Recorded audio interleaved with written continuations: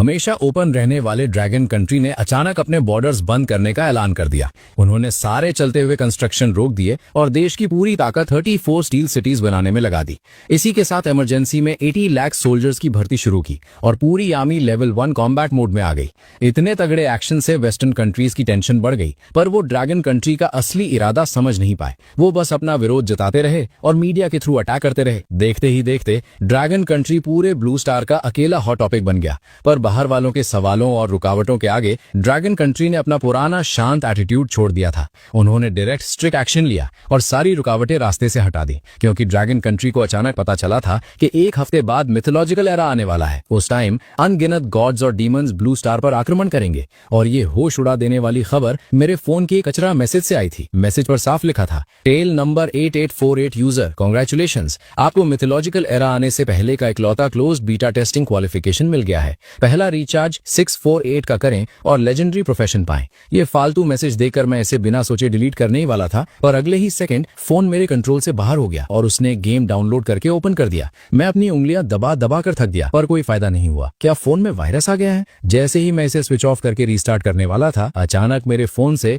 एकदम सॉलिड और दमदार म्यूजिक बजने लगा और अगले ही पल तरह तरह के अजीब और खतरनाक बीस्ट्स मेरे सामने स्क्रीन पर आने लगे। इसकी एकदम रियल और मस्त ग्राफिक्स देकर मैं वहीं का वहीं सुनना पड़ गया। मैं अभी सोच ही रहा था कि ये गेम तो वाव से भी बढ़िया है, तभी फोन पर एक और नोटिस आया, रिस्पेक्टेड बीटा प्लेयर, कांग्रेचुलेशंस, आपने बीटा क्वालिफिकेशन एक्टिवेट कर लिया है। ये गेम मिथोलॉजिकल एरा के हेवनली टाओ कॉन्शियसनेस ने खुद बनाया है। ये ब्लू स्टार के लोगों के बचने का आखिरी मौका है। ध्यान दे, मिथोलॉजिकल एरा ठीक एक हफ्ते बाद आएगा। 7 दिन बाद बीटा क्वालिफिकेशन वापस ले लिया जाएगा और गेम पूरी तरह बंद हो जाएगा। प्लेयर्स के इन गेम कैरेक्टर की पावर 100% उनकी रियल लाइफ बॉडी में आएगी, पर पहले 6 दिन हर दिन कैरेक्टर के बेसिक स्टैट्स का सिर्फ एक हिस्सा यानी 10% ही फीडबैक मिलेगा, जब तक कि 7वें दिन की सुबह पूरी पावर ना मिल जाए। ये एक के बाद एक आने वाले प्रॉम्प्ट्स देखकर मेरा दिमाग घूम गया। क्या सच में ये गेम रियल है? खैर, मैं वेला ही था तो मैंने सोचा चलो ट्राई करके देखते हैं और मैंने खेलना शुरू कर दिया। इस गेम की स्टोरी ऐसी थी कि एलियन बीस्ट्स ने इंसानों पर आक्रमण कर दिया है और इंसान प्रोफेशंस अवेकन करके उनसे लड़ते हैं।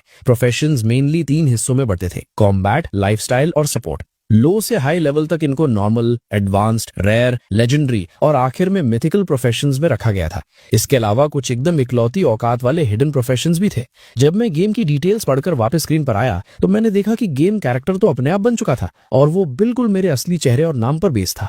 ये देखकर मुझे गेम के सच होने पर और ज्यादा भरोसा होने लगा। मैंने टाइम देखा, अभी शाम के 7 बज रहे थे। ये सच है या झूठ कुछ घंटों में क्लियर हो जाएगा। तो मैं गेम की इंस्ट्रक्शंस फॉलो करके प्रोफेशन ड्रॉ पूल पर चला गया ताकि अपना प्रोफेशन निकाल सकूं। ये फायदा सिर्फ बीटा प्लेयर्स के पास था। असल दुनिया के लोग तो सिर्फ अवेकनिंग के टाइम ही अपनी किस्मत आजमा सकते थे और एक बार प्रोफेशन चुन लिया तो वो सारी उम्र तुम्हारे साथ रहेगा। रूल्स पढ़कर मैं थोड़ा सीरियस हो गया। प्रोफेशन ड्रॉ पूल पहली बार फ्री था, उसके बाद ड्रॉ करने के लिए गेम कॉइन्स या गिफ्ट पैक्स खरीदने पड़ेंगे। मैंने तुरंत फ्री ड्रॉ पर क्लिक किया। वैसे भी जब तक मैं बाइंड नहीं करता मैं ड्रॉ करता रह सकता था। इस चीज ने मुझे इन्फिनिट चॉइसेस दे दी थी। कांग्रेचुलेशंस प्लेयर, आपने नॉर्मल प्रोफेशन फार्मर ड्रॉ किया है। ये एक लाइफस्टाइल प्रोफेशन है। एक्टिवेट करने के बाद खेती बाड़ी में आपके पास सुपर टैलेंट होगा। ये देखकर मैं हल्के से हंसने लगा। सही बात है, मुफ्त की चीजें कभी अच्छी नहीं होती। चलो कोई नहीं, थोड़े पैसे लगाते हैं। मैंने तुरंत रिचार्ज मॉल चेक किया। प्रोफेशन ड्रॉ गिफ्ट पैक्स के 10 से ज्यादा टीयर्स थे, 68, 98, 128, 328, 648। मैंने हिसाब लगाया, इन सब पैक्स को मिलाकर मुझे करीब 500 ड्रॉज मिलेंगे और हाई लेवल पैक्स में लेवल अप एक्सपीरियंस पिल्स भी थी। पैसे कम उड़ाए जाने वाले रूल को ध्यान में रखते हुए मैंने पहले 68 वाले 8 पैक्स खरीदे। इससे मुझे पूरे 70 ड्रॉज मिल गए।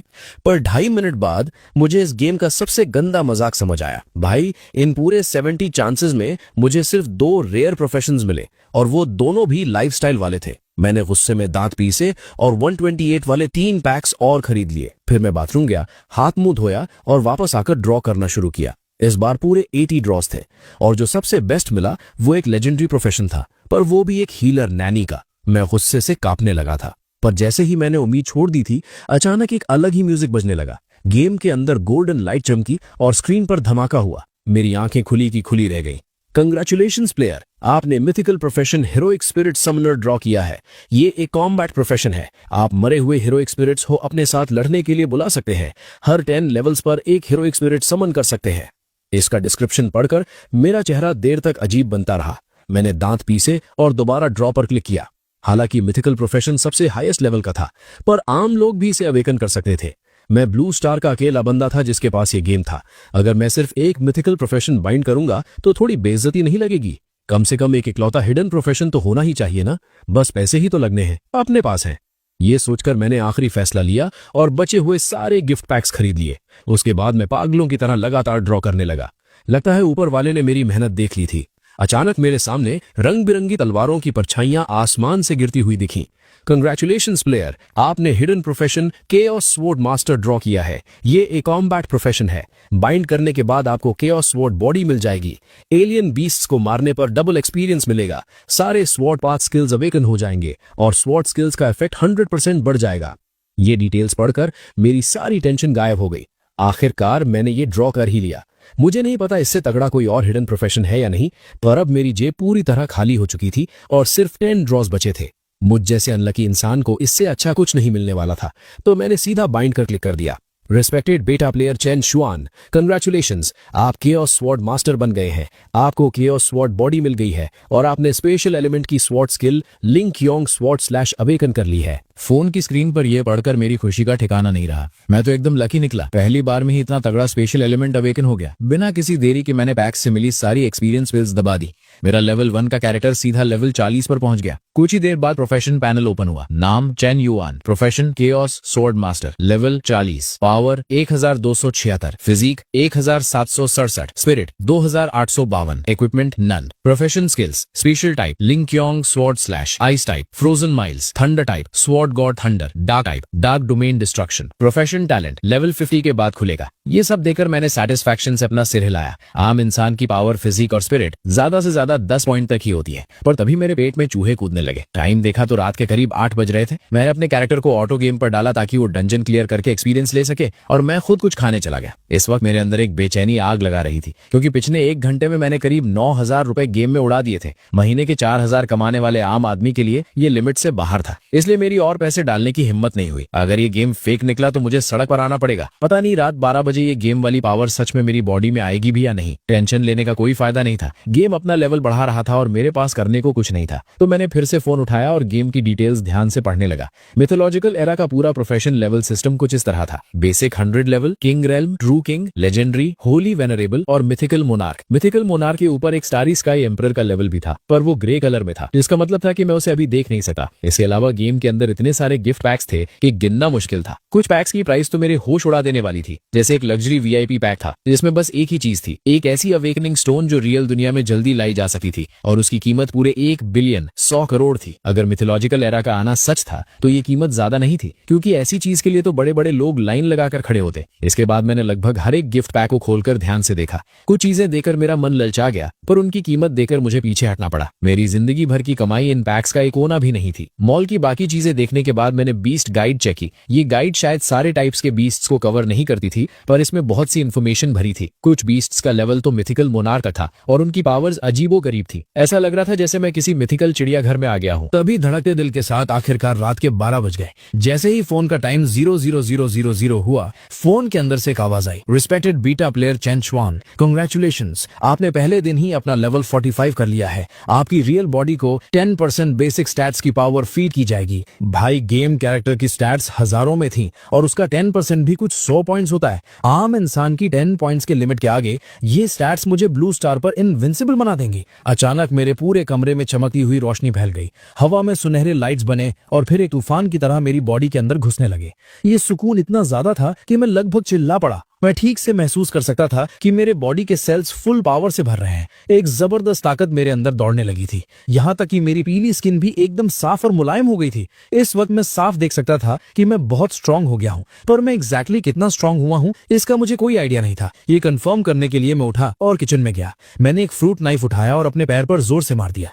बिना किसी डाउट के जो चीज टूट कर गिरी वो फ्रूट नाइफ था। भाई, सच में मेरी लॉटरी लग गई। ये तो बस पहले दिन की आई हुई पावर थी। जब सारी पावर मिल जाएगी तब मैं किस लेवल पर हूंगा। इसके बाद मेरे किचन के सारे बर्तन मेरी उस ताकत का शिकार बन गए। स्टील के पतीले को मैंने एक हाथ से दबाकर बॉल बना दिया, चाकू को अपनी 2 उंगलियों से ही तोड़ दिया, यहां तक कि वो बर्तन धोने वाला स्टील का जूना भी मुट्ठी भेजते ही एक तार बन गया।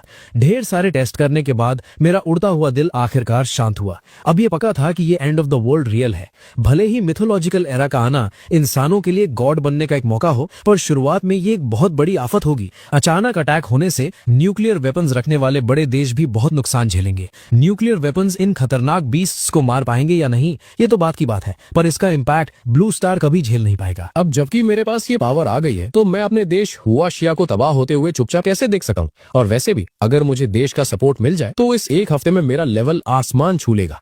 मुझे नहीं लगता कि मैं सिर्फ ऑनलाइन लोन ले लेकर खुद को बढ़ा पाऊंगा।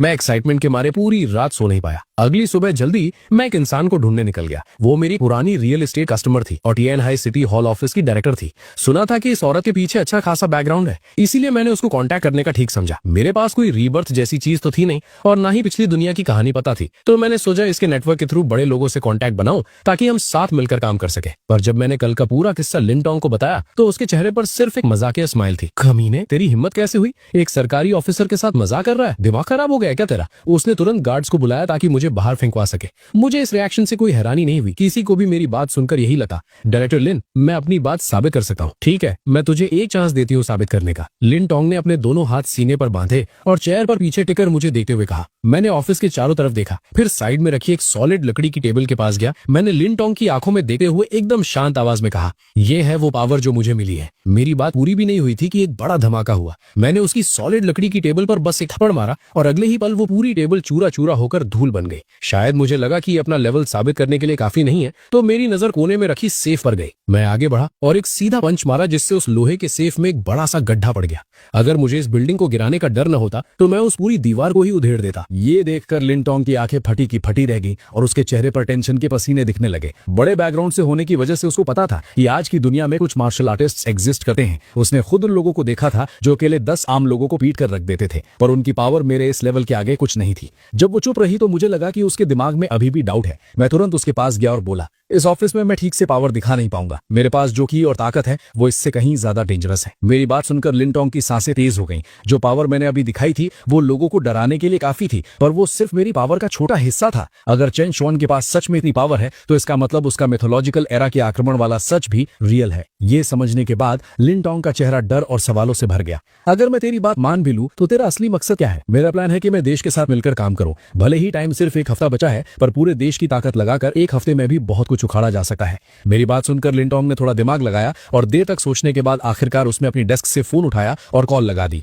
भले ही उसको अपने दादाजी की असली आइडेंटिटी नहीं पता थी, पर ऐसी आफत के टाइम अपने उस रहस्यमयी दादाजी को ही कॉल मिलाना पड़ता। सारी बातें बताने के बाद लिन टोंग ने अपना फोन मेरी तरफ कर दिया। फोन से एक भारी आवाज वाले बुढ़े आदमी की आवाज आई, हेलो दोस्त चैन, तुमने जो भी कहा क्या वो 100% सच है? बिल्कुल ठीक बात। मेरी बॉडी की चेंजेस के अलावा मेरे पास और भी तरीके हैं साबित करने के, पर मुझे देश की सपोर्ट चाहिए। शाओटोंग के अलावा क्या तुमने किसी और को ये बात बताई है? नहीं, मैं सुबह जल्दी निकल गया था। लिन टोंग काली इंसान है जिससे मैंने बात की है। दोस्त बस थोड़ा टाइम रुको, मैं अभी किसी को तुम्हें लेने भेजता हूँ। कॉल कट हुई और दूसरी तरफ लिन शुआंग का चेहरा बहुत सीरियस हो गया। वो लगभग 70 साल का होने वाला था और उसने पहली बार ऐसी अजीब बात सुनी थी, पर क्योंकि ये देश का बड़ा मैटर था, अगर 1% भी सच्चाई है तो इसे इग्नोर नहीं किया जा सकता। अगर उसकी लापरवाही से देश तबाह हो गया तो वो पूरे देश का गुनहगार बन जाएगा। ये सोचते ही उसने अपने असिस्टेंट को जोर से आवाज लगाई, गाड़ी लगाओ, ऊपर के ऑफिसर से मीटिंग करनी है। दूसरी तरफ ऑफिस में बैठे हुए मैं थोड़ा बोर हो रहा था, तो मैंने अपना फोन निकाला और वापस गेम ओपन कर लिया। मेरा लेवल अभी तक 50 पर पहुंच चुका था। तभी एक और आवाज आई, कांग्रेचुलेशंस प्लेयर चेन शुआन, आपका प्रोफेशनल लेवल 50 पहुंच गया है।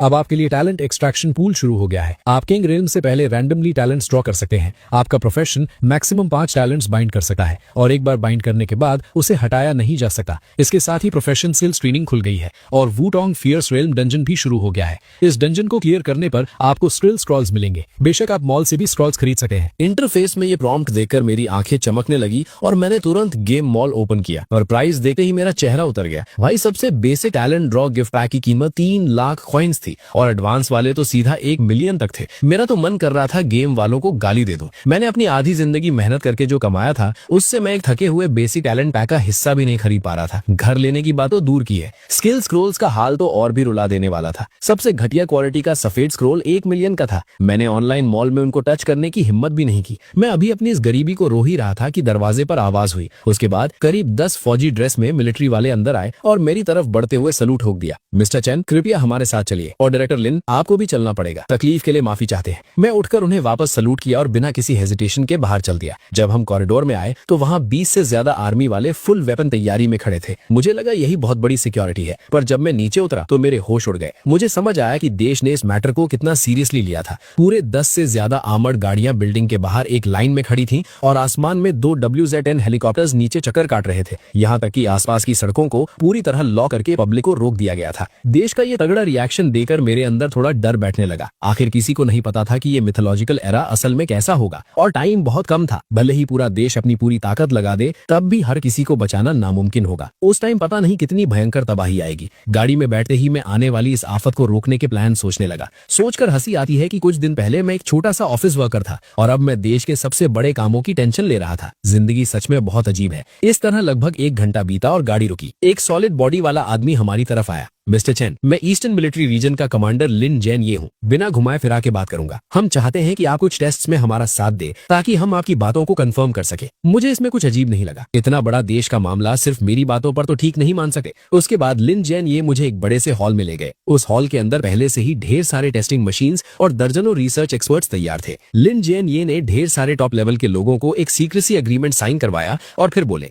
मिस्टर चैन, ये है dragon country academy of sciences के एकेडमिशियन ये शेंग। ये आपके टेस्ट सुपरवाइज करेंगे। थोड़ी देर की फॉर्मेलिटीज के बाद व्हाइट लैब कोट पहने ये शेंग ने थोड़ी दूर रखे एक सॉलिड स्टील डमी की तरफ इशारा करके मुझे बोला, मिस्टर चैन, कृपया अपनी पूरी पावर और की लगाकर इस डमी पर अटैक करें। मैंने ठीक है कहकर सिर हिलाया और चुपचाप उस डमी के पास चला गया। इस वक्त वहां खड़े हर एक इंसान ने अपनी सांस रोक ली थी और वो मेरी तरफ बिना पलके झपकाए देख रहे थे। यहाँ तक कि कैपिटल में बैठे ड्रैगन कंट्री के टॉप ऑफिशियल्स भी शांति से लाइव स्क्रीन देख रहे थे।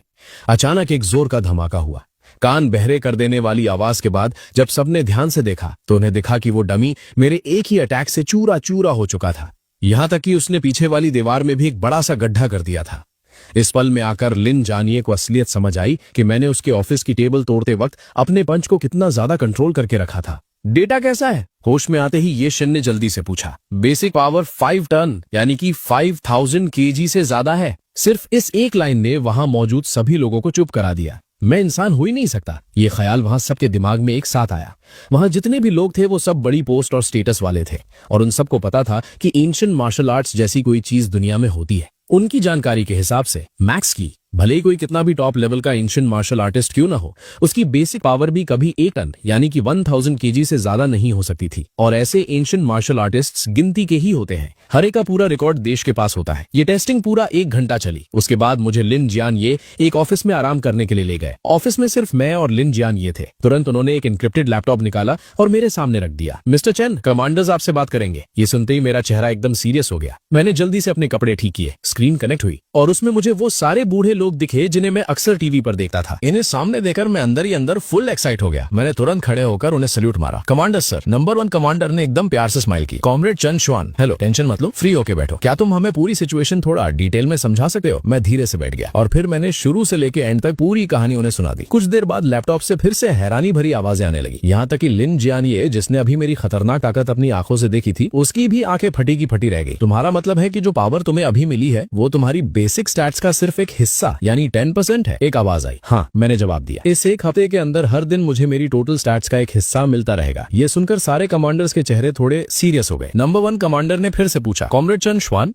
मैंने सुना है कि तुम्हारे पास इस इंसिडेंट को साबित करने के और भी तरीके हैं। देश के उन बड़े लीडर्स की नजरों में मैंने जो पावर दिखाई थी वो इस बात को साबित करने के लिए काफी थी, पर क्योंकि ये पूरे देश के फ्यूचर का सवाल था, उन्हें बहुत फूंक फूंक कर कदम रखना था। सीधे शब्दों में कहूं तो उन्हें मुझसे कुछ और ज्यादा ठोस सबूत चाहिए थे ताकि उन्हें पूरी तसल्ली हो सके। आखिर एक बार उन्होंने फैसला ले लिया तो पूरा देश आने वाले कुछ ही दिनों में पूरी तरह से पलट जाएगा। इसमें लगने वाला पैसा और जो नुकसान उठाना पड़ेगा उसका कोई अंदाजा नहीं लगा सकता था। ये सब देखकर मैं भी उन ऊपर वालों की टेंशन समझ रहा था, तो मैंने तुरंत गेम का मॉल ओपन किया। कमांडर्स, गेम के अंदर सच में कुछ ऐसी चीजें हैं जो प्रूफ दे सकती हैं। बस इन गिफ्ट पैक्स का प्राइस, ये बोलते हुए मैं शर्म से अपना सिर खुजाने लगा।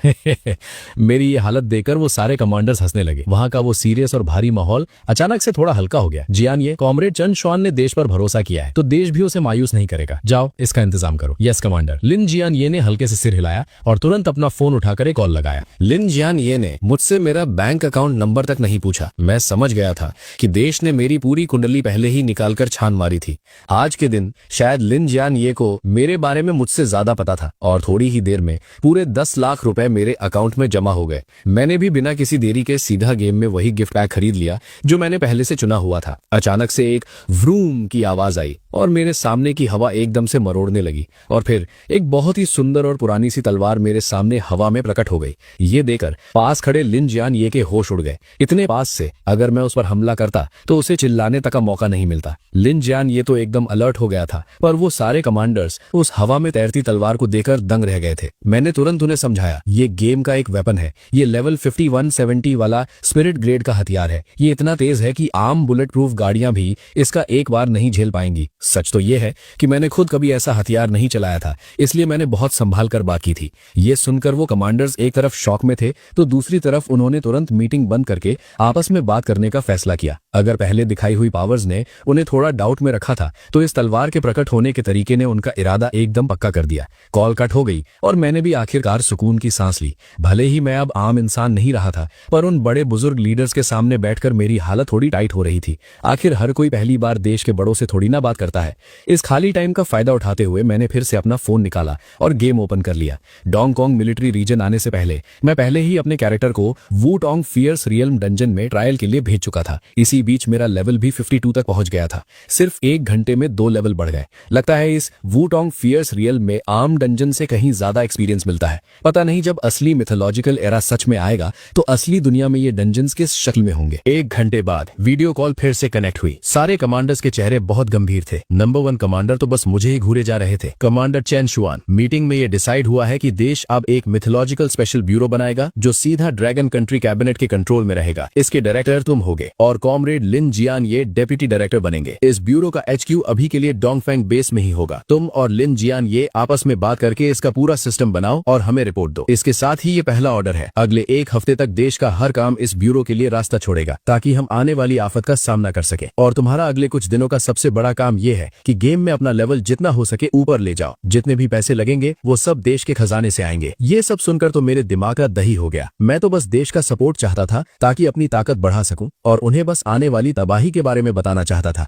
ये अचानक मैं डायरेक्टर कैसे बन गया? ये पूरे ड्रैगन कंट्री के फ्यूचर का मामला था। इतना बड़ा बोझ मुझ जैसे एक छोटे ऑफिस वर्कर के लिए। मेरी जगह कोई और होता तो उसके होश उड़ जाते। मुझे थोड़ा हिचकिचाते हुए देखकर कमांडर ने एकदम पक्के इरादे के साथ दोबारा कहा, कॉमरेड चैन शुआन, तुम्हें खुद की औकात कम आंकने की जरूरत नहीं है। तुम्हें जो ब्लू स्टार का इकलौता क्लोज्ड बेटा क्वालिफिकेशन मिला है वो अकेले ही साबित करता है कि तुम आम इंसान नहीं हो। देश को तुम पर पूरा भरोसा है तो तुम्हें भी खुद पर भरोसा रखना होगा। इन 2 बातों ने मेरे दिल में एक आग सी लगा दी। मेरी रगों में अचानक से एक नया जोश दौड़ने लगा। कमांडर्स, मैं ड्रैगन कंट्री के लिए लड़ने में अपनी पूरी जान लगा दूंगा। मेरा ये सॉलिड कॉन्फिडेंस देकर बाकी कमांडर्स की आंखों में भी मेरे लिए तारीफ छलक रही थी। वीडियो कॉल कट हो गई। लिन जियान ये जो बड़ी जल्दी अपने नए रोल में सेट हो गए थे, उन्होंने सीधा मुझसे पूछा, डायरेक्टर, कमांडर्स ने हमें प्लान बनाने को कहा है और टाइम बहुत कम है। ये सुनकर मैंने थोड़ी देर दिमाग लगाया। रास्ते भर जो मेरे दिमाग में टूटे फूटे आइडियाज चल रहे थे उन सबको एक साथ जोड़ा और धीरे से बोला, जहां तक मुझे पता है जैसे ही मिथोलॉजिकल एरा आएगा शुरुआत में ही हम पर एलियन बीस्ट्स का हमला होगा। पर अगर हम शुरुआत के इस बीस्ट टाइड यानी जानवरों के हमले को झेल गए तो हमें थोड़ा सा टाइम मिल जाएगा खुद को डेवलप करने का। इसके अलावा मिथोलॉजिकल एरा के आते ही मिथोलॉजिकल दुनिया की पूरी की तूफान की तरह ब्लू स्टार में घुस आएगी, जिसकी वजह से ब्लू स्टार के सारे जानवर और पेड़ पौधे भी म्यूटेट यानी भयंकर रूप ले सके हैं। लिन जियन ये के माथे पर टेंशन की सिलवटें पड़ गईं। ये हालत उनके सोचे हुए लेवल से कहीं ज्यादा खतरनाक थी। अगर ऐसा ही है जैसा तुम कह रहे हो तो इसका मतलब ड्रैगन कंट्री को सिर्फ मिथोलॉजिकल एरा के बीस्ट से ही नहीं बचना होगा, बल्कि ब्लू स्टार के अपने ही म्यूटेटेड जानवरों और पेड़ पौधों से भी बचना पड़ेगा। हाँ बिल्कुल सही, मैंने जवाब दिया। यहाँ आते वक्त मैं इस बारे में ही सोच रहा था। मैंने दिमाग में एक बेसिक प्लान सेट कर लिया है। पहला पॉइंट ये है कि हमें बहुत बड़े लेवल पर आर्मी में भर्ती करनी होगी ताकि मिथोलॉजिकल एरा की आफत का सामना किया जा सके, क्योंकि ये कोई छोटी मोटी लड़ाई नहीं होने वाली। हमारे ड्रैगन कंट्री को लगातार नई आर्मी और फोर्स की जरूरतें पड़ेंगी। दूसरा पॉइंट, देश से प्यार करने वाले जितने भी लोग बाहर हैं यानी ओवरसीज हैं, उन सबको वापस बुला लिया जाए, और जिन्हें बाहर की हवा ज्यादा पसंद है उनके साथ कोई जबरदस्ती मत करो। मिथोलॉजिकल एरा शुरू होने से ठीक 2 दिन पहले ड्रैगन कंट्री को अपने सारे बॉर्डर्स पूरी तरह बंद करने होंगे। तीसरा पॉइंट, हर स्टेट की मेन सिटी को अपना बेस बनाया जाए। छोटी सिटीज को बड़ी सिटीज के साथ जोड़कर पूरे 34 डिफेंस जोन्स बनाए जाएं, और उसके बाद सारी पब्लिक को सेफ तरीके से इन डिफेंस जोन्स के अंदर शिफ्ट किया जाए। इसके साथ ही हर डिफेंस जोन में 2 लाख सोल्जर्स तैनात किए जाएं। हमें की एनर्जी डिटेक्ट करने वाले सेंटर्स भी बनाने होंगे ताकि हमें जल्दी से जल्दी पता चल सके कि ये खतरनाक बीस्ट्स कहां छुपे बैठे हैं। चौथा पॉइंट, देश के सारे टॉप साइंटिस्ट को एक साथ बुलाया जाए और पूरी पावर लगाकर सबसे खतरनाक और जानलेवा वेपन्स बनाए जाए। भले ही मॉडर्न गन्स और बॉम्ब्स हाई लेवल बीस्ट्स का कुछ ना उखाड़ पाए, पर जब लो लेवल बीस्ट्स का पूरा झुंड आएगा तो ये हथियार बहुत काम आएंगे। पांचवा पॉइंट, मिथोलॉजिकल एरा के अचानक आने से पब्लिक में जो डर और दंगे राइट्स फैलेंगे, उन्हें कंट्रोल करने के लिए हमें मीडिया और इंटरनेट का पूरा यूज करना होगा ताकि पब्लिक को ठीक से समझाया जा सके। हमें किसी भी हाल में लोगों के दिमाग में ये आखिरी उम्मीद डालनी होगी कि इस आफत में उनका देश उनके साथ खड़ा है। जैसे ही मेरी बात खत्म हुई, लिन जियांग ये के चेहरे पर हैरानी साफ दिख रही थी। इतने कम टाइम में तुमने इतना डिटेल्ड प्लान सोच लिया? भले ही इसमें थोड़ी बहुत कमियां हैं, पर फिर भी ये बहुत लाजवाब है। डायरेक्टर का प्लान, मैं अभी जरूरत लोगों को मीटिंग के लिए बुलाता हूँ। ये बोलते ही लिन जियांग ये को जैसे अचानक कुछ याद आया। डायरेक्टर, तो अभी शुरुआत के लिए आपको कितने फंड्स चाहिए? ये सुनकर मैंने हल्के से स्माइल किया। जब देश ही मेरा सबसे बड़ा सपोर्ट बन चुका है तो सोच का लेवल तो बड़ा रखना ही पड़ेगा ना। शराफत या शर्म दिखाने का तो अब कोई सवाल ही नहीं पैदा होता। तो ठीक है, पहले 10 बिलियन दे दो, गेम में थोड़ा रिचार्ज मारना है। इतने बड़े अमाउंट पर लिन जियांग ये को बिल्कुल भी हैरानी नहीं हुई। आखिर अब मैं पूरे ड्रैगन कंट्री का सबसे वीआईपी इंसान जो बन चुका था। उन्होंने तुरंत एक और कॉल लगाई। करीब 10 मिनट बाद जब मैंने अपने फोन का मैसेज देखा जिसमें 0 इतने थे कि स्क्रीन पर ठीक से फिट भी नहीं आ रहे थे, तो मेरा दिल औकात से बाहर जोरों से धड़कने लगा। सिर्फ 10 बिलियन ही तो है। साले पैरों, कांपना बंद कर सकते हो क्या? डायरेक्टर, मुझे तुरंत एक्सपर्ट्स की मीटिंग बुलानी होगी ताकि प्लान डिस्कस हो सके। क्या आप भी मेरे साथ चलना चाहेंगे? नहीं, अभी के लिए मेरा सामने ना आना ही ठीक रहेगा। इन सब कामों का पूरा चार्ज आप ही लीजिए। असली लोगों के साथ मीटिंग खेलने से अच्छा मुझे अभी गेम में अंधाधुंध पैसे उड़ाने का मजा ज्यादा पसंद आ रहा था। लिन जियानिये के वहां से निकलने के बाद मैंने फिर से अपना फोन निकाला और जैसे कोई शॉपिंग मॉल में पागलों की तरह खरीदारी करता है, मैं भी शुरू हो गया। उन गिफ्ट पैक्स की प्राइसेस को देखकर जो बस 1 घंटे पहले मेरी औकात से बिल्कुल बाहर थे, मैंने हल्के से हंसकर कहा, talent extraction gift pack buy, skill scroll gift pack buy. इस वक्त तरह तरह के टैलेंट्स किसी टॉप मॉडल की तरह मेरे सामने डिस्प्ले हो रहे थे, पर मैं बस एक नजर डालकर उन्हें हटा रहा था। लेजेंडरी क्वालिटी से नीचे के टैलेंट्स को तो मैं घास भी नहीं डाल रहा था।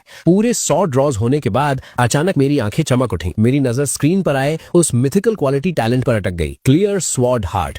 ये स्वॉर्ड पाथ का top level mythical quality talent था। ये मुझे किसी भी आने वाले खतरे का पहले से ही अंदाजा दे सकता था। हजारों तलवारें अपने ओरिजिन पर वापस आती हैं। ये तो जान बचाने के लिए एकदम मस्त चीज है। मैंने बिना किसी देरी के सीधा इसे बाइंड कर लिया। अगले आधे घंटे तक मैंने पागलों की तरह अंधाधुंध पैसे उड़ाए और आखिरकार मैंने अपने 5 टॉप लेवल मिथिकल टैलेंट्स चुन लिए थे। एक तो था कियोस स्वॉर्ड डोमेन। ये सारे स्वॉर्ड पार्ट्स को एक साथ मिला सकता था और इसमें मैं खुद से भी नई स्किल्स समझ सकता था। अगला था earth dragon overlord body. Alien beasts का खून और की निगलकर ये मेरी फिजिकल बॉडी को और सॉलिड बना सकता था। जब ये परफेक्ट लेवल पर पहुंच जाएगा तो मेरी फिजिकल बॉडी ही सेंट लेवल की हो जाएगी। उसके बाद आया ओथ फर्नेस। ये एलियन बीस्ट्स को पिघलाकर उन्हें लाइफ क्रिस्टल्स में कन्वर्ट कर सकता था। ये लाइफ क्रिस्टल्स मेरी या किसी और की पावर बढ़ाने के काम आ सकते थे। और आखिरी था ज़ोडिएक निर्वाणा। ये एक टॉप लेवल पैसिव टैलेंट था। जब भी बाइंड करने वाले यानी मुझ पर मौत का खतरा आएगा तो ये निर्वाणा ट्रिगर कर देगा और मुझे एक नई जिंदगी दे देगा। इन 5 बड़े टैलेंट्स के साथ मैं लगभग हर फील्ड में एक इनविंसिबल वॉरियर बन चुका था। अटैक के लिए मेरे पास केओस स्वॉर्ड बॉडी थी और डिफेंस के लिए अर्थ ड्रैगन ओवरलॉर्ड बॉडी।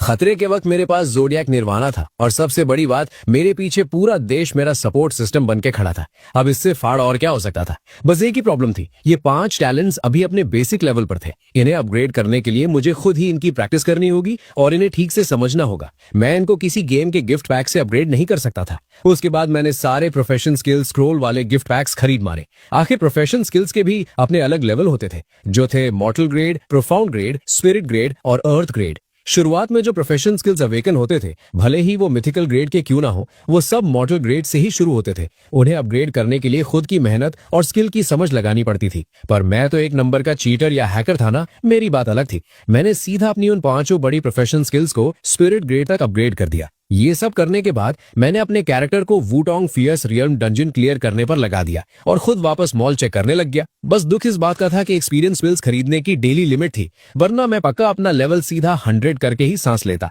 खुद को सिर से लेकर पैर के नाखून तक फुल पावर से सेट करने के बाद आखिरकार मुझे अपनी टीम की याद आई। आखिर जब मिथोलॉजिकल एरा सच में आएगा, मैं भले ही कितना भी स्ट्रांग हो जाऊं, मेरे 3 सिर और 6 हाथ थोड़ी ना थे कि सब अकेले हैंडल कर लूंगा। एक तगड़ी और भरोसेमंद टीम बनाना ही लंबा टिकने का असली प्लान था। इसीलिए मॉल के अंदर जो चीज टाइम से पहले रियल दुनिया में लाई जा सकती थी, वो अवेकनिंग स्टोन तो मुझे हर हाल में खरीदना ही था। मैंने डिटेल में चेक किया, ये गिफ्ट पैक एक दिन में सिर्फ 3 ही आते थे। हर एक पैक में एक अवेकनिंग स्टोन होता था और एक अवेकनिंग स्टोन से पूरे 100 लोग अपना प्रोफेशन अवेकन कर सकते थे। पर अगर उन्होंने सिर्फ प्रोफेशन अवेकन किया तो उससे उतनी ज्यादा मदद नहीं मिलने वाली थी। आखिर एक लेवल 1 का प्रोफेशन मास्टर आम इंसान से बस थोड़ा सा ही ज्यादा ताकतवर होता है, पर एलियन बीस्ट्स के आगे वो अभी भी किसी कीड़े मकोड़े की तरह ही थे। और जब मैं गेम मॉल चेक कर रहा था तो दूसरी तरफ पूरा डोंग फैंग बेस भी फुल एक्शन में आ चुका था। लिन जियन ये ने बहुत ही कम टाइम में ढेर सारे रिसर्च एक्सपर्ट्स को इकट्ठा कर लिया था। मेरे बनाए हुए प्लान पर उन्होंने डिस्कशन किया, उसमें जरूरी बातें ऐड की और उसे परफेक्ट बनाया और फिर उसे ऑफिस में मुझे चेक करने के लिए लाकर दे दिया। उसके बाद उसे सीधा कैबिनेट के पास भेज दिया गया। इस वक्त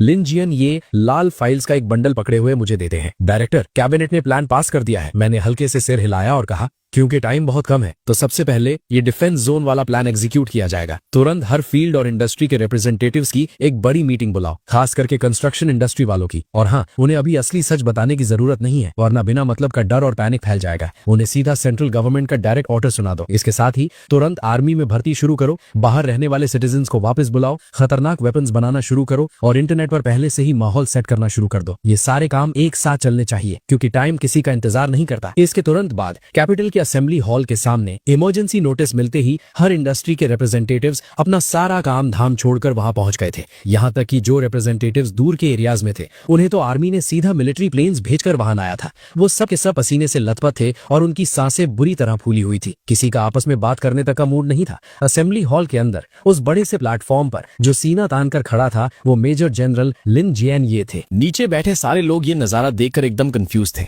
आर्मी का बंदा इस तरह की पॉलिटिकल मीटिंग कैसे होस्ट कर सकता है? पर लिन जियाने के पास बैठकर एक्सप्लेन करने का टाइम नहीं था। उन्होंने सीधा अपने सामने रखी नंबर 1 लाल फाइल खोली और भारी आवाज में बोले, अभी कैबिनेट का इमरजेंसी ऑर्डर सुनाया जा रहा है। ये बात सुनते ही सारे बड़े रिप्रेजेंटेटिव्स सीधे होकर बैठ गए और अपने कान खड़े करके सुनने लगे। ऑर्डर कुछ इस तरह है, इसी वक्त से देश की चल रही सारी पॉलिसीज को रोक दिया जाए। हर स्टेट की मेन सिटी को बेस बनाकर छोटी सिटीज को बड़ी सिटीज के साथ जोड़ा जाए और 34 डिफेंस जोन्स बनाए जाए। सारी कंस्ट्रक्शन और माइनिंग कंपनीज को ऑर्डर दिया जाता है कि वो अपनी पूरी ताकत सिर्फ इस प्लान पर लगा दे। यहाँ तक आते आते पूरे हॉल में इतना सन्नाटा छा गया कि सुई गिरे तो उसकी भी आवाज सुनाई दे। सारे रिप्रेजेंटेटिव्स फटी आंखों से लिन जियाने को घूरने लगे। 200 करोड़ की आबादी वाले इतने बड़े देश को अचानक रोक देना और देश की पूरी ताकत सिर्फ एक काम पर लगा देना, ये तो ड्रैगन कंट्री की इकोनॉमी को पूरी तरह तबाह करने जैसा था। अगर उन्हें ये ना पता होता कि वो देश के सबसे बड़े असेंबली हॉल में बैठे हैं, तो उन्हें पक्का लगता कि किसी पागल से उनका पाला पड़ गया है। ये पूरी कैबिनेट का एक साथ पास किया हुआ ऑर्डर है। आप सबको अब बस इसे फॉलो करना है और देश का पूरी तरह साथ देना है। ये कहकर लिन जियानिया सीधा वहां से निकल गए और पीछे छोड़ गए उन रिप्रेजेंटेटिव्स को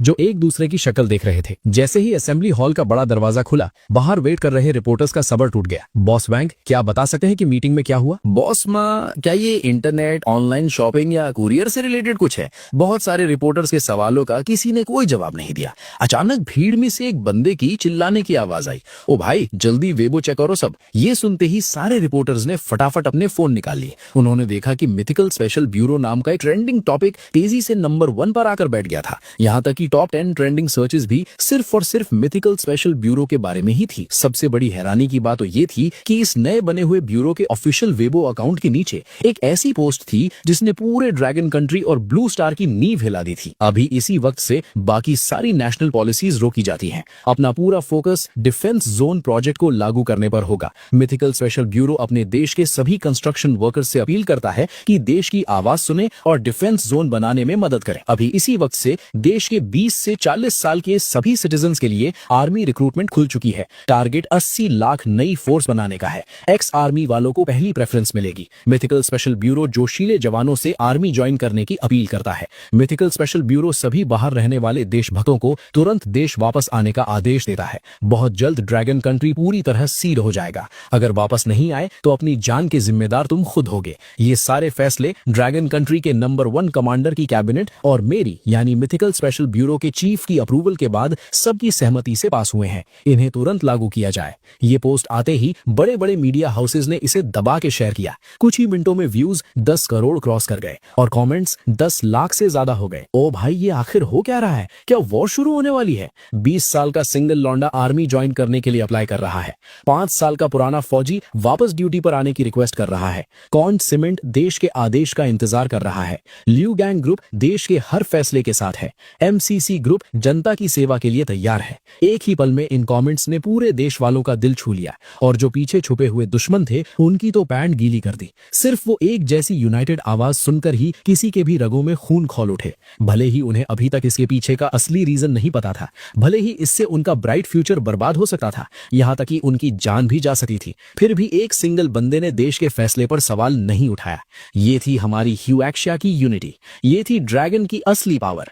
देश के अंदर पब्लिक का जोश एकदम हाई था, पर दूसरी तरफ वो खुद को फ्री बोलने वाले कंट्रीज शॉक में सुन पड़े थे, क्योंकि अगर यही सब उनकी जमीन पर हो रहा होता तो यूनाइटेड सपोर्ट की तो दूर की बात है। लगता है अनगिनत लोग सड़कों पर उतर आते प्रोटेस्ट करने, यहाँ तक कि दंगे फसाद भी शुरू हो जाते। उसी वक्त ईगल कंट्री के व्हाइट हाउस के अंदर वो सुनहरे बालों वाला लौंडा डोनाल्ड गुस्से से फट रहा था। व्हाट द फक, ये ड्रैगन कंट्री आखिर करना क्या चाहता है? 80 लाख की नई आर्मी तो चलो ठीक है, और उन्होंने अपने बॉर्डर सील करके सारा ट्रेड रोक दिया है। क्या वो लोग वर्ल्ड वॉर 3 शुरू करना चाहते हैं? पता लगाओ, अपनी सारी पावर लगा दो और मुझे पता करके दो। और जो देश हमारे ड्रैगन कंट्री के दोस्त थे उन्होंने भी लगातार नंबर 1 कमांडर को कॉल लगाया और उन्हें बस एक ही जवाब मिला, नो कमेंट्स। दोस्ती का फर्ज निभाते हुए नंबर 1 कमांडर ने उन्हें इशारा जरूर दिया, दुनिया एक ऐसी तबाही का सामना करने वाली है जो पहले कभी नहीं आई। मेरे दोस्तों, बेहतर होगा तुम लोग जल्दी से जल्दी अपनी तैयारी शुरू कर दो। ये वार्निंग जल्दी ही बाकी देशों तक भी पहुंच गई, पर उन कमीनों ने इसे हल्के में लिया। एक तो वो यकीन नहीं कर रहे थे, और दूसरा अगर उन्होंने यकीन कर भी लिया होता ना, तब भी उनकी औकात नहीं थी ये सब करने की।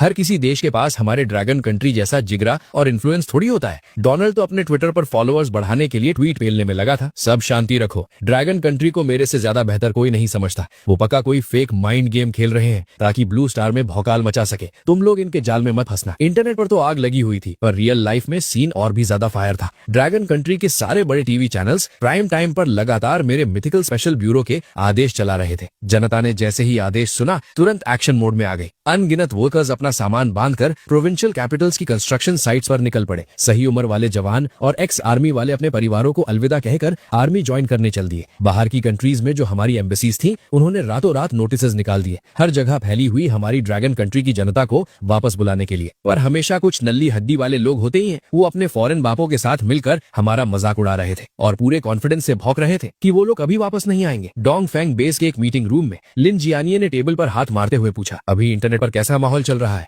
इंटरनेट टीम के हेड ने सच सच बताया, देश के अंदर पब्लिक का जोश एकदम हाई है। जो थोड़ी बहुत नेगेटिव आवाजें उठ रही थी उन्हें हमने पहली फुर्सत में ही दबा दिया है, और रही बात बाहर की, तो ज्यादातर लोग हमें नीचा दिखाने में लगे हैं। यहाँ तक कि कुछ बड़े फाइनेंशियल मगरमच्छ इस मौके का फायदा उठाकर हमारी इकोनॉमी से पैसा छापने की प्लानिंग कर रहे हैं। इन सब में सबसे ज्यादा नेगेटिव कमेंट्स हमारे उन स्टूडेंट्स के हैं जो बाहर पढ़ रहे हैं और ट्विटर पर भौंक रहे हैं। इसका इम्पैक्ट बहुत गंदा पड़ रहा है। ये सुनकर मैं जो मेन सीट पर बैठा था, मेरा चेहरा एकदम शांत था। मैंने भारी आवाज में कहा, जिनके खून में ही गद्दारी भरी है उनकी टेंशन मत लो, और ना ही उन्हें मनाने की जरूरत है। हमें सिर्फ उनका ध्यान रखना है जो अपने देश से सच्चा प्यार करते हैं। जो लोग दूसरों के तलवे चाट रहे हैं वो वापस आकर भी क्या ही उखाड़ लेंगे। उन्हें इन्फॉर्म कर दिया, यही हमारे देश की मेहरबानी समझ लो। अभी सबसे बड़ा मुद्दा उन 34 डिफेंस जोन्स का कंस्ट्रक्शन है। बताओ उसकी तैयारी का क्या सीन है? मेरा सवाल सुनकर कंस्ट्रक्शन टीम का हेड अपनी जगह से खड़ा हुआ और बोला, सारी बड़ी construction companies, private engineering teams, mining companies, cement और स्टील फैक्ट्रीज ने एकदम आगे बढ़कर हमारी आवाज का साथ दिया है। अभी रातों रात सारा मटेरियल तय की गई जगहों पर पहुंचाया जा रहा है। कल आंख खुलते ही काम शुरू हो जाएगा। ये सुनकर मैंने हल्के से सिर हिलाया। जो भी उनका हक बनता है उसमें एक पैसे की कमी नहीं होनी चाहिए। अगर जनता ने देश की आवाज सुनी है तो इसका मतलब उन्हें अपने देश पर भरोसा है। हम किसी भी हाल में उनका दिल नहीं तोड़ सकते। ये मीटिंग पूरे 2 घंटे तक चली। जब सारे मामले एकदम सेट हो गए तो मैं अपनी कुर्सी से उठा और वहां बैठे सब लोगों को घूरते हुए लाउड आवाज में बोला, साथियों, हम एक ऐसी तबाही का सामना कर रहे हैं जो हिस्ट्री में कभी नहीं आई। ये एक बहुत बड़ा खतरा तो है ही, पर इसके साथ साथ ये एक मौका भी है। मुझे पूरा यकीन है अगर हम सब और देश की पूरी जनता एक होकर लड़े तो ये तबाही हमारे ड्रैगन कंट्री के लिए आफत नहीं बल्कि एक नया रास्ता बनकर आएगी। मेरा इतना बोलना था कि मीटिंग रूम में बैठे नौजवानों के चेहरे जोश से लाल हो गए और बूढ़ों को तो जैसे 10 साल पहले की जवानी वापस मिल गई थी। सबके अंदर एक अलग ही लेवल की पावर भर गई थी। हर एक बंदे का खून उबाल मार रहा था। मीटिंग खत्म करके जब मैं अपने कमरे में लौटा तो आधी रात होने वाली थी। मैं चुपचाप अपने बेड पर बैठ गया और अपने प्रोफेशन मास्टर की पावर फीडबैक का वेट करने लगा। एक और बार उस गजब के सुकून देने वाली पावर का झटका मेरी बॉडी में घुसा और फिर मैंने अपना सिस्टम पैनल खोलकर अपने स्टैट्स चेक किए। 2 दिन के पावर फीडबैक के बाद मेरे स्टैट्स अब एकदम भौकाल बन चुके थे। Power 442, physique 486, spirit 643। मेरी सबसे कमजोर स्टैट यानी पावर भी एक आम आदमी से 40 गुना ज्यादा थी। मैंने हल्के से अपनी मुट्ठी बांधी और हवा में ही एक खतरनाक सोनिक बूम फटी। उसके बाद मैंने सिस्टम का स्टोर खोला और पैक्स चेक करने लगा। सबसे पहले मैंने जो चीज देखी वो थी अवेकनिंग स्टोन्स। कल के 3 और आज के रिफ्रेश हुए 3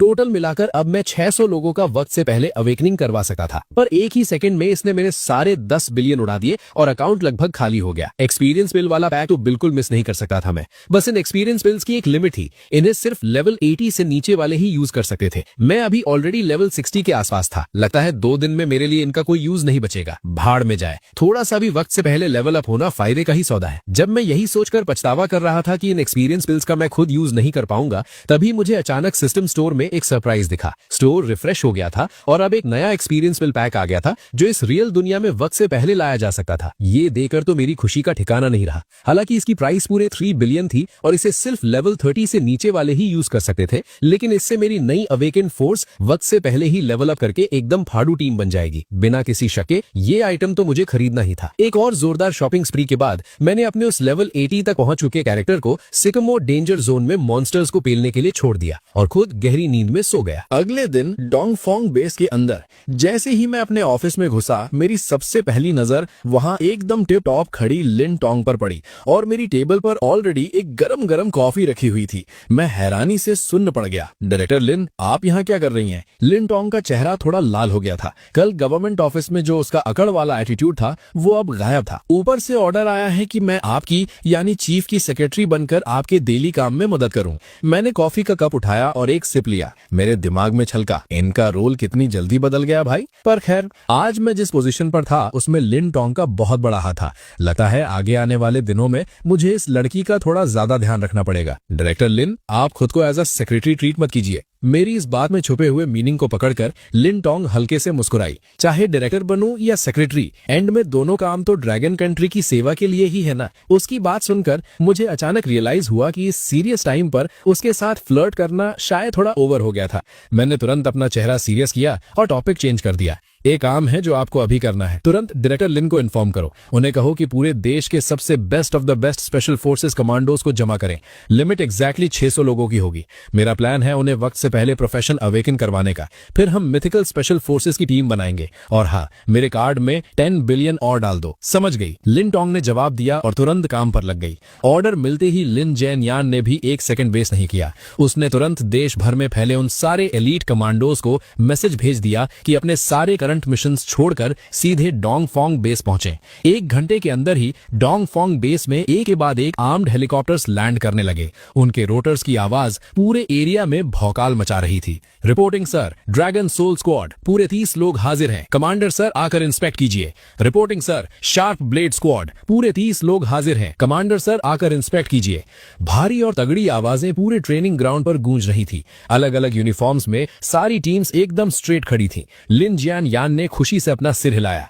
तुम लोग सोच रहे होगे कि तुम्हें अचानक यहाँ क्यों बुलाया गया है। मैं तुम्हें बताता हूँ। हमारा हुआक्सिया और इनफैक्ट पूरा ब्लू स्टार एक ऐसी तबाही का सामना करने वाला है जो पहले किसी ने नहीं देखी। हमारे आने वाले दुश्मन की औकात हमारी सोच से भी बड़ी है और तुम वो लोग हो जो चुने गए हो उस दुश्मन का सामना करने वाले सबसे पहले योद्धा बनने के लिए। मुझे बताओ, क्या तुम्हारे अंदर जिगरा है? Yes sir. उनकी खतरनाक दहाड़ से जैसे आसमान फट गया हो। बहुत बढ़िया, मुझे बस यही आग चाहिए थी तुमसे। मेरे पीछे आओ। अंडरग्राउंड बेस के अंदर मैं और लिन टोंग वहां उनका इंतजार कर रहे थे। हमारे साथ कुछ एक्सपर्ट्स भी थे जो उनका ब्लड सैंपल लेने आए थे ताकि उस पर रिसर्च कर सके। उसके बाद एक के बाद एक सारी टीम्स परफेक्ट सिंक में हॉल के अंदर घुसी। उनके सामने जो नजारा था उसे देखकर उनके अंदर हैरानी थी, पर किसी एक बंदे की आंख इधर से उधर नहीं हिली जब तक कि लिन जियान यान चलकर मेरे पीछे आकर खड़ा नहीं हुआ। उन टॉप कमांडोज के चेहरे पर फाइनली थोड़ा शौक दिखाई दिया। ये कल का लौंडा मेजर जनरल लिन जियान यान से भी ऊपर की पोस्ट पर कैसे बैठा है? मैं उनकी फटी हुई आंखों को घूरते हुए बड़े आराम से बोला,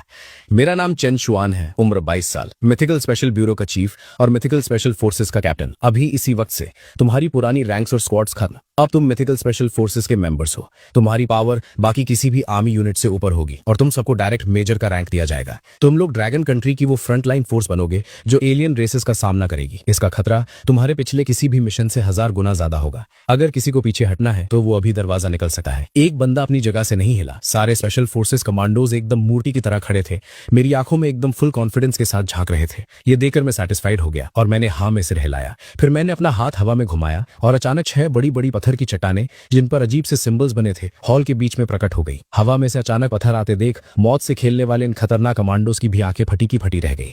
बस उनकी खतरनाक विल पावर ने किसी तरह उन्हें चिल्लाने से रोक लिया था।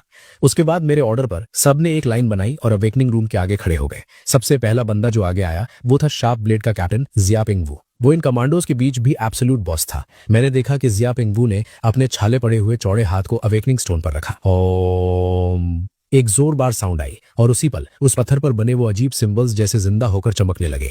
एक मस्त पर्पल लाइट ने पूरे हॉल को अपने अंदर लपेट लिया। फिर जिया पिंगवू की बॉडी उस लाइट के ककून में कवर हो गई और एकदम चमकने लगी। बाकी कमांडोज ये जादू जैसा सीन देखकर अपना कंट्रोल खो बैठे और हैरानी से चिल्लाकर बातें करने लगे। यहाँ तक कि लिन जियान ये और लिन टोंग जिन्होंने मेरी फाड़ू पावर देखी थी वो भी होश उड़ाए खड़े थे। सिर्फ मैं था जो हल्के से मुस्कुरा रहा था। क्या बात है, पहले ही बंदे ने लेजेंडरी प्रोफेशन अवेकन कर लिया। सच में शार्प ब्लेड का कैप्टन कहलाने के लायक है। भले ही अभी मेरी पूरी बॉडी के आइटम्स मिथिकल लेवल के थे, पर रियल लाइफ में मिथिकल प्रोफेशन पाना प्रैक्टिकली नामुमकिन था। लेजेंडरी प्रोफेशन मिलना भी लाखों में एक था। एक आम आदमी के लिए तो एडवांस प्रोफेशन मिलना ही बहुत बड़ी बात थी। कुछ देर बाद वो चमक गायब हो गई। जिया पिंगवू के चेहरे पर एकदम खतरनाक खुशी थी और वो पीछे चलकर आया। अपने प्रोफेशन को अवेकन करते ही उसे अंदर से फील हो रहा था कि वो कितना पावरफुल हो गया है। वो अपने पहले वाले वर्जन से कम कई गुना ज्यादा ताकतवर था। कौन सा प्रोफेशन मिला तुम्हें? मैंने जिया पिंगवू की तरफ देखकर पूछा। हालांकि मैं उस लाइट के कलर से प्रोफेशन का लेवल समझ गया था, पर ये नहीं देख सकता था कि एग्जैक्ट प्रोफेशन कौन सा है।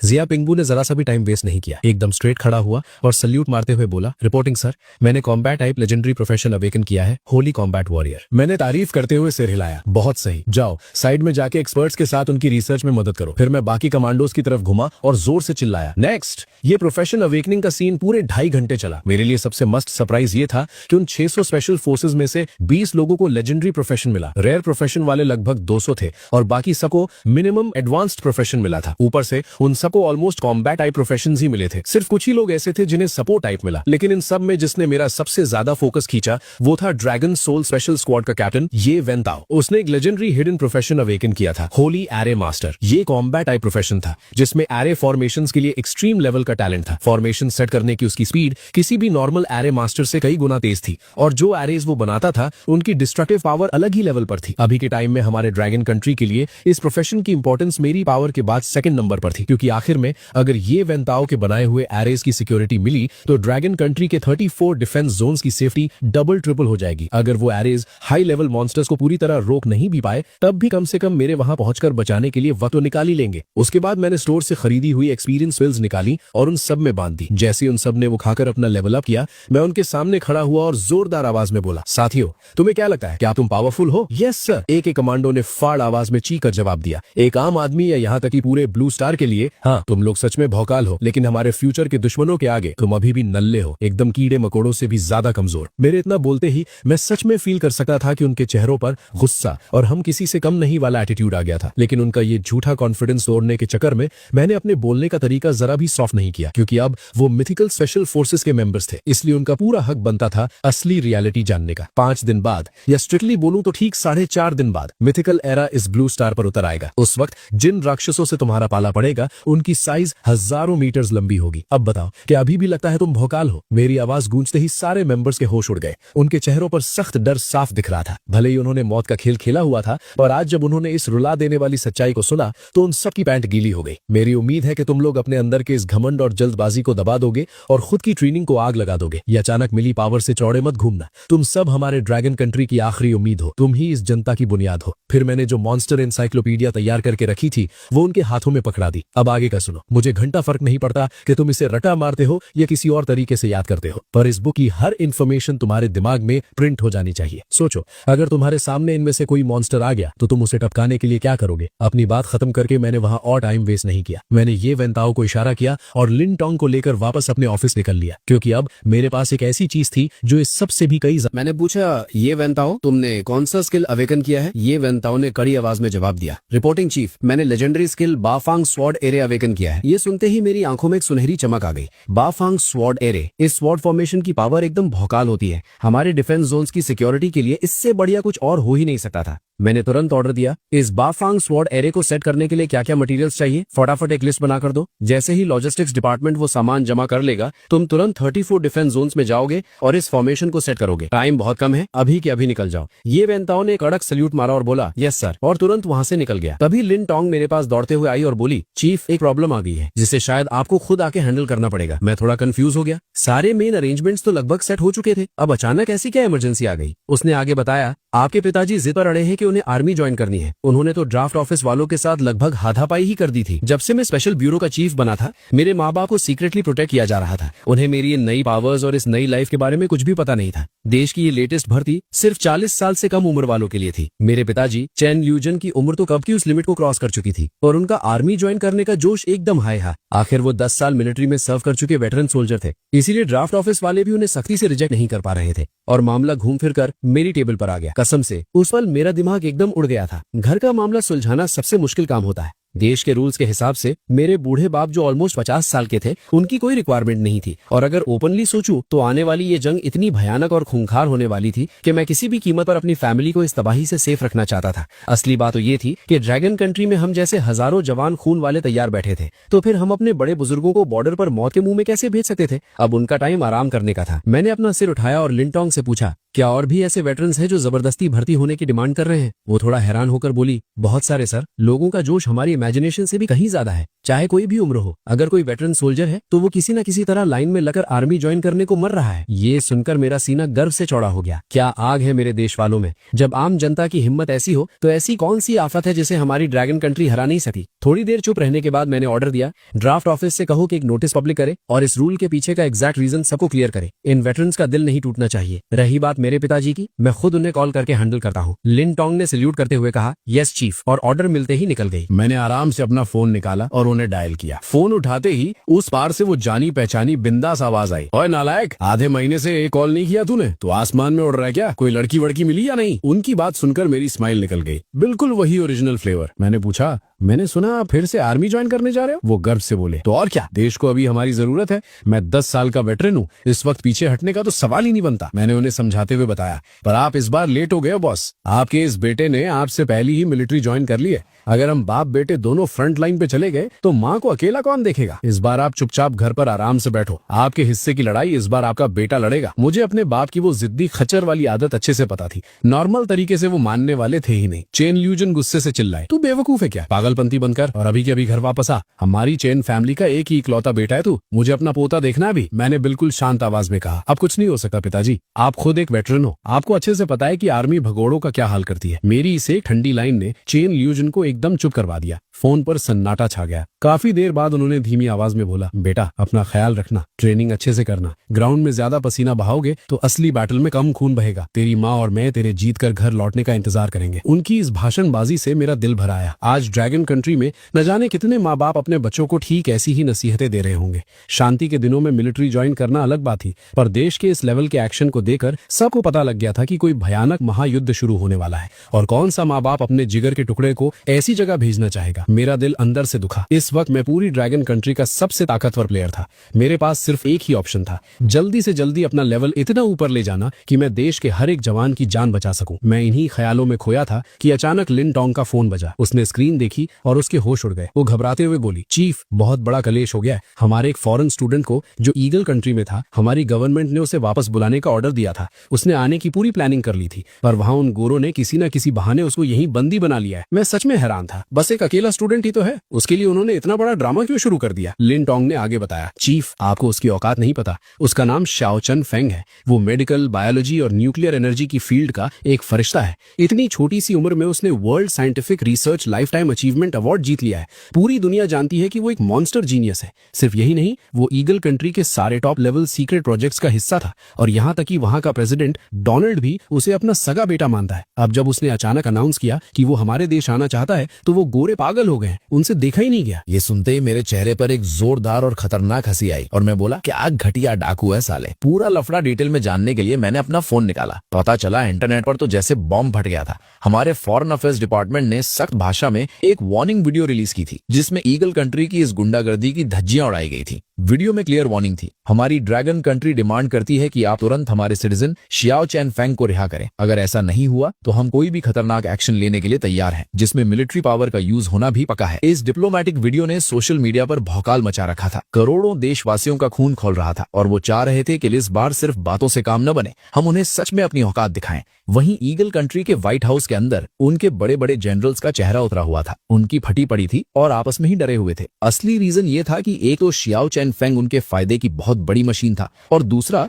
हमारी ड्रैगन कंट्री के अचानक इस खतरनाक रूप ने उन्हें अंदर तक हिला कर रख दिया था। उन्हें लगा था हम बस फेक नाटक कर रहे हैं, पर जब उन्होंने देखा कि हम असली गेम खेल रहे हैं तो उनकी हालत पतली हो गई। अब तो हर जगह से हमारे फॉरेन एम्बेसीज भी बंद होकर वापस आ रहे थे। उन्हें डर था कि कहीं सच में dragon country world war 3 season start ना कर दे। अगर शियाओ चैन फेंग सेफली घर वापस आ गया तो हमारी टेक्नोलॉजी रातों रात डबल हो जाएगी। वो लोग पास्ट में एक ऐसी बड़ी गलती पहले भी कर चुके थे और उसका अफसोस उन्हें अब तक था। तभी एक जहर सी ब्लॉन्ड सेक्रेटरी भागती हुई आई और बोली, मिस्टर प्रेसिडेंट, हमारी रिपोर्ट के मुताबिक ड्रैगन कंट्री के ईस्ट साइड की पूरी एयरक्राफ्ट कैरियर फ्लीट मूव कर रही है। उनका डायरेक्शन सीधा हमारी तरफ ईस्ट में है। प्रेसिडेंट डोनाल्ड ने गुस्से में गाली बकी, ओह शिट, और तुरंत अपने सारे चमचों के साथ सीधा कमांड रूम की तरफ भागा। इसी दौरान यहाँ बेस के अंदर मुझे भी नंबर 1 कमांडर का सीधा कॉल आ गया। कमांडर की आवाज आई, कॉमरेड चेंजवान, मुझे तुम्हें तुम्हारे काम के बीच डिस्टर्ब नहीं करना था, पर एक ऐसा मैटर आ गया है जिसमें सिर्फ तुम्हारी जरूरत पड़ेगी। नंबर 1 कमांडर की इतनी इज्जत वाली टोन सुनकर मैं थोड़ा शॉक हो गया और बोला, कमांडर आपको ऐसी फॉर्मेलिटीज की जरूरत नहीं है, मेरा हर सांस ड्रैगन कंट्री के लिए है। उन्होंने बोला, तो फिर सीधे काम की बात पर आते हैं। शियाओ चैन केंग वाला केस तुमने सुन ही लिया होगा। कैबिनेट का ये डिसीजन है कि जब तक जरूरी ना हो हम इन गोरों के साथ कोई आमने सामने का युद्ध नहीं चाहते। हमें अपना सारा दिमाग अपनी डिफेंस सिटीज पर लगाना है। और सबसे बड़ी बात, हमारा मुख्य दुश्मन ये बाहर वाले लोग नहीं है, बल्कि अगले कुछ ही दिनों में स्टार्ट होने वाला मिथिकल एरा है। इसीलिए हमारी मांग है कि तुम सीक्रेटली बिना किसी ऑफिशियल टैग के जाओ और शियाओ चैन फेंग को निकाल कर लाओ। थोड़ा सोचने के बाद मैं सीरियस होकर बोला, कमांडर मेरे पास एक मस्त आइडिया है। हमने अभी अभी मिथिकल स्पेशल फोर्सेस बनाई है, क्यों ना इन ईगल कंट्री वालों पर उनकी लाइव प्रैक्टिस करवाई जाए। उन्हें ही भेजते हैं ये काम निपटाने।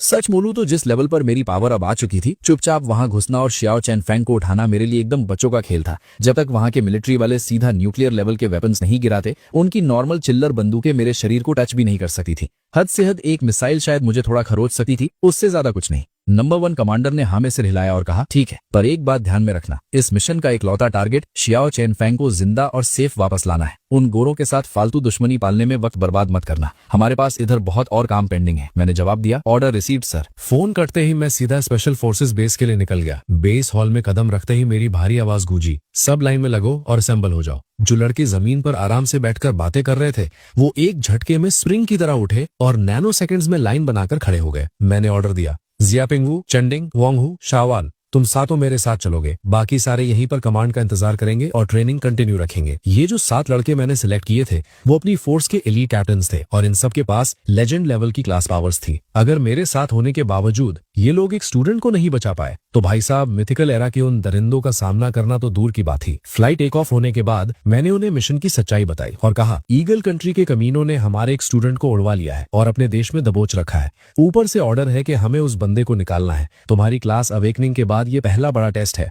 ऐसा खेल खेलना कि मुझे उंगली तक उठानी ना पड़े। मेरी इस कड़क बात को सुनकर जिया पिंगवू और बाकी सारे चुप रहे, पर उन सब के अंदर जो जंग लड़ने की भूख और आग थी वो पूरे प्लेन में फील की जा सकती थी। कुछ घंटों बाद लगातार हवा में रहने पर ड्रैगन कंट्री का टाइम रात का हो चुका था। अचानक आसमान में उस प्लेन के अंदर बैठा हुआ मैं अपने अंदर लेवल्स बढ़ने का एक तगड़ा फीडबैक फील करने लगा। इस बार सिस्टम मेरी क्लास को लेवल 80 के पार पुश कर रहा था। मेरे पूरे जिस्म में की और पावर की ऐसी तूफानी बाढ़ आ गई कि मेरा दिमाग चक्कर खा गया। अगर मैं पूरी जान लगाकर उस उबलती हुई एनर्जी को कंट्रोल नहीं करता तो शायद ये फ्लाइट हवा में ही भस्म हो जाती। 10 मिनट बाद जब सिस्टम शांत हुआ मैं अपने अंदर का वो आग उगलता हुआ पावर महसूस कर रहा था। मेरे चेहरे पर एक किलर स्माइल आ गई। इस लेवल पर मुझे ऐसी फीलिंग आ रही थी जैसे ब्लू प्लैनेट की एक घटिया ग्रेविटी मेरे ऊपर कोई असर नहीं कर रही है। मुझे सच में लग रहा था कि मैं आसमान में हवा के बीच आराम से चल सकता हूँ।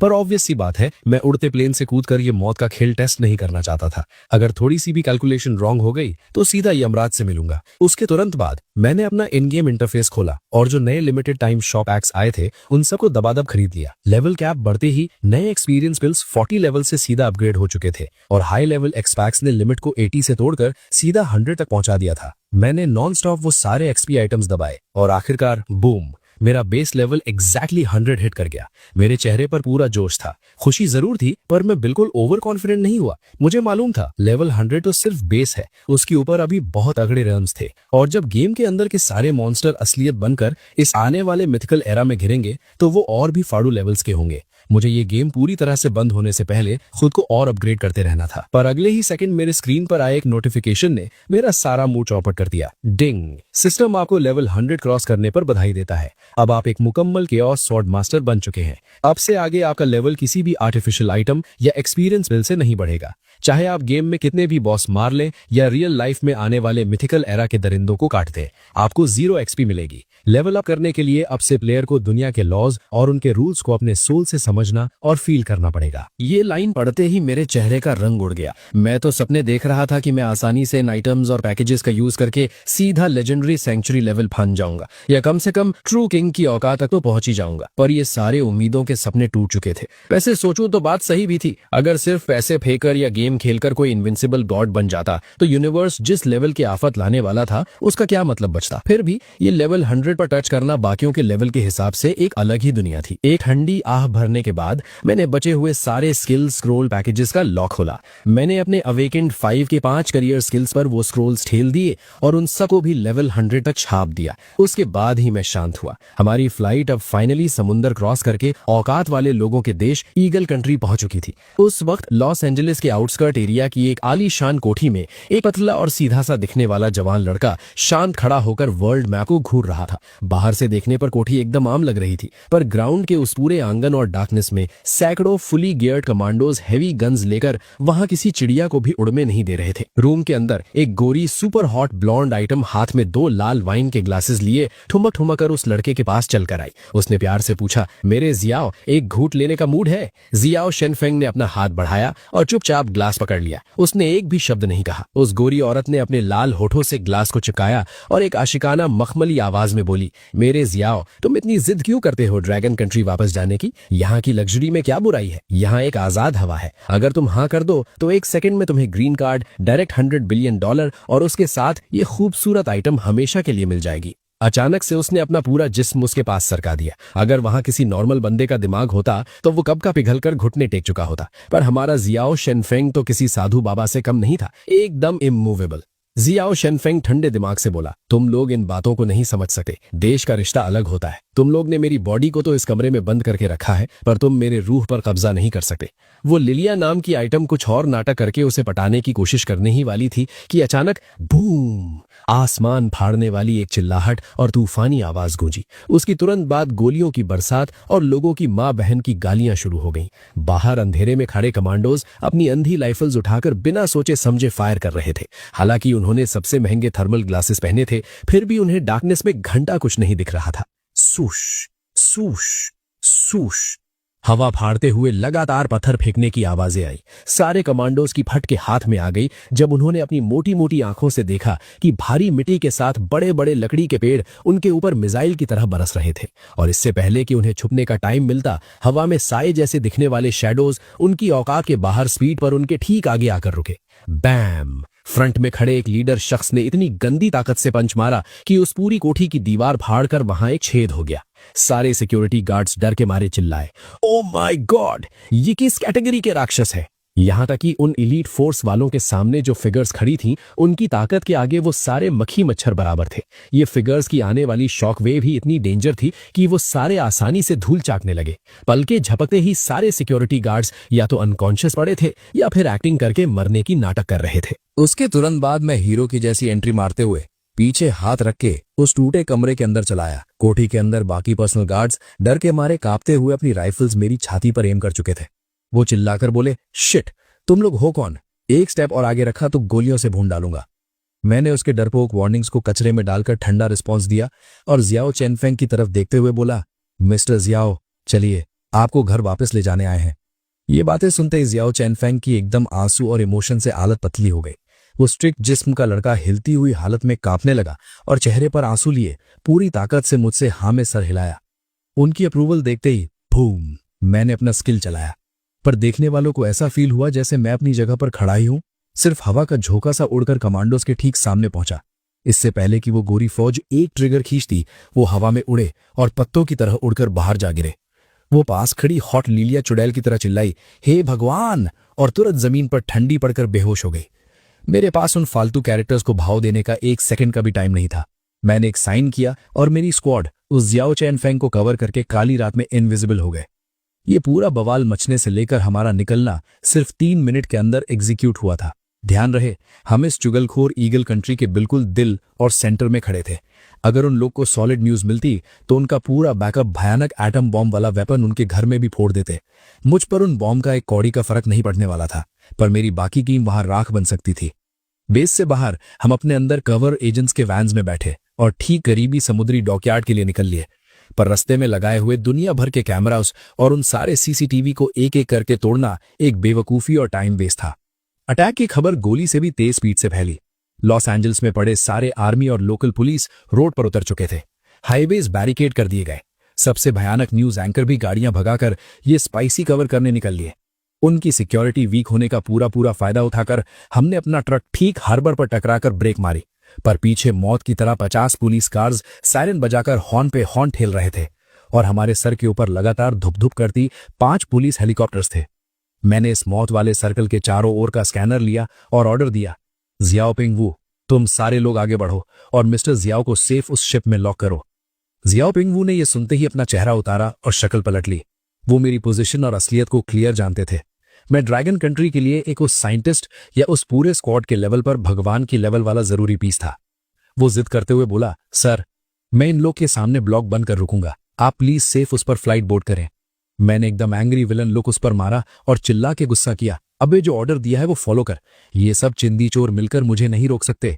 इस तगड़े आमने सामने ठीक थोड़ी दूर से उन लॉस एंजलिस के पुलिस वालों ने स्पीकर निकालकर गाना शुरू कर दिया, ए ड्रैगन कंट्री के दरिंदो, हमने तुम्हें चारों तरफ से ब्लॉक कर दिया है, चुपचाप ग्राउंड पर बैठकर सरेंडर करो वरना हम तुम्हें यहीं शूट आउट में उड़ाएंगे। वो कचरा ऑफिसर अपनी लाइन पूरी भी नहीं कर पाया कि आसमान में काले धब्बे की shadow her second zoom in और लार्ज हो रही थी। वो घटिया 2 टन का लोहे का कंटेनर पूरा आसमान फाड़ने वाली आवाज के साथ उड़कर ठीक उन गधों के बीच दे मारा। इस आतंकी एक्शन से वो मोटी पुलिस वाले ऐसे फटी आवाज में भागे जैसे कुत्ते पीछे पड़े हों।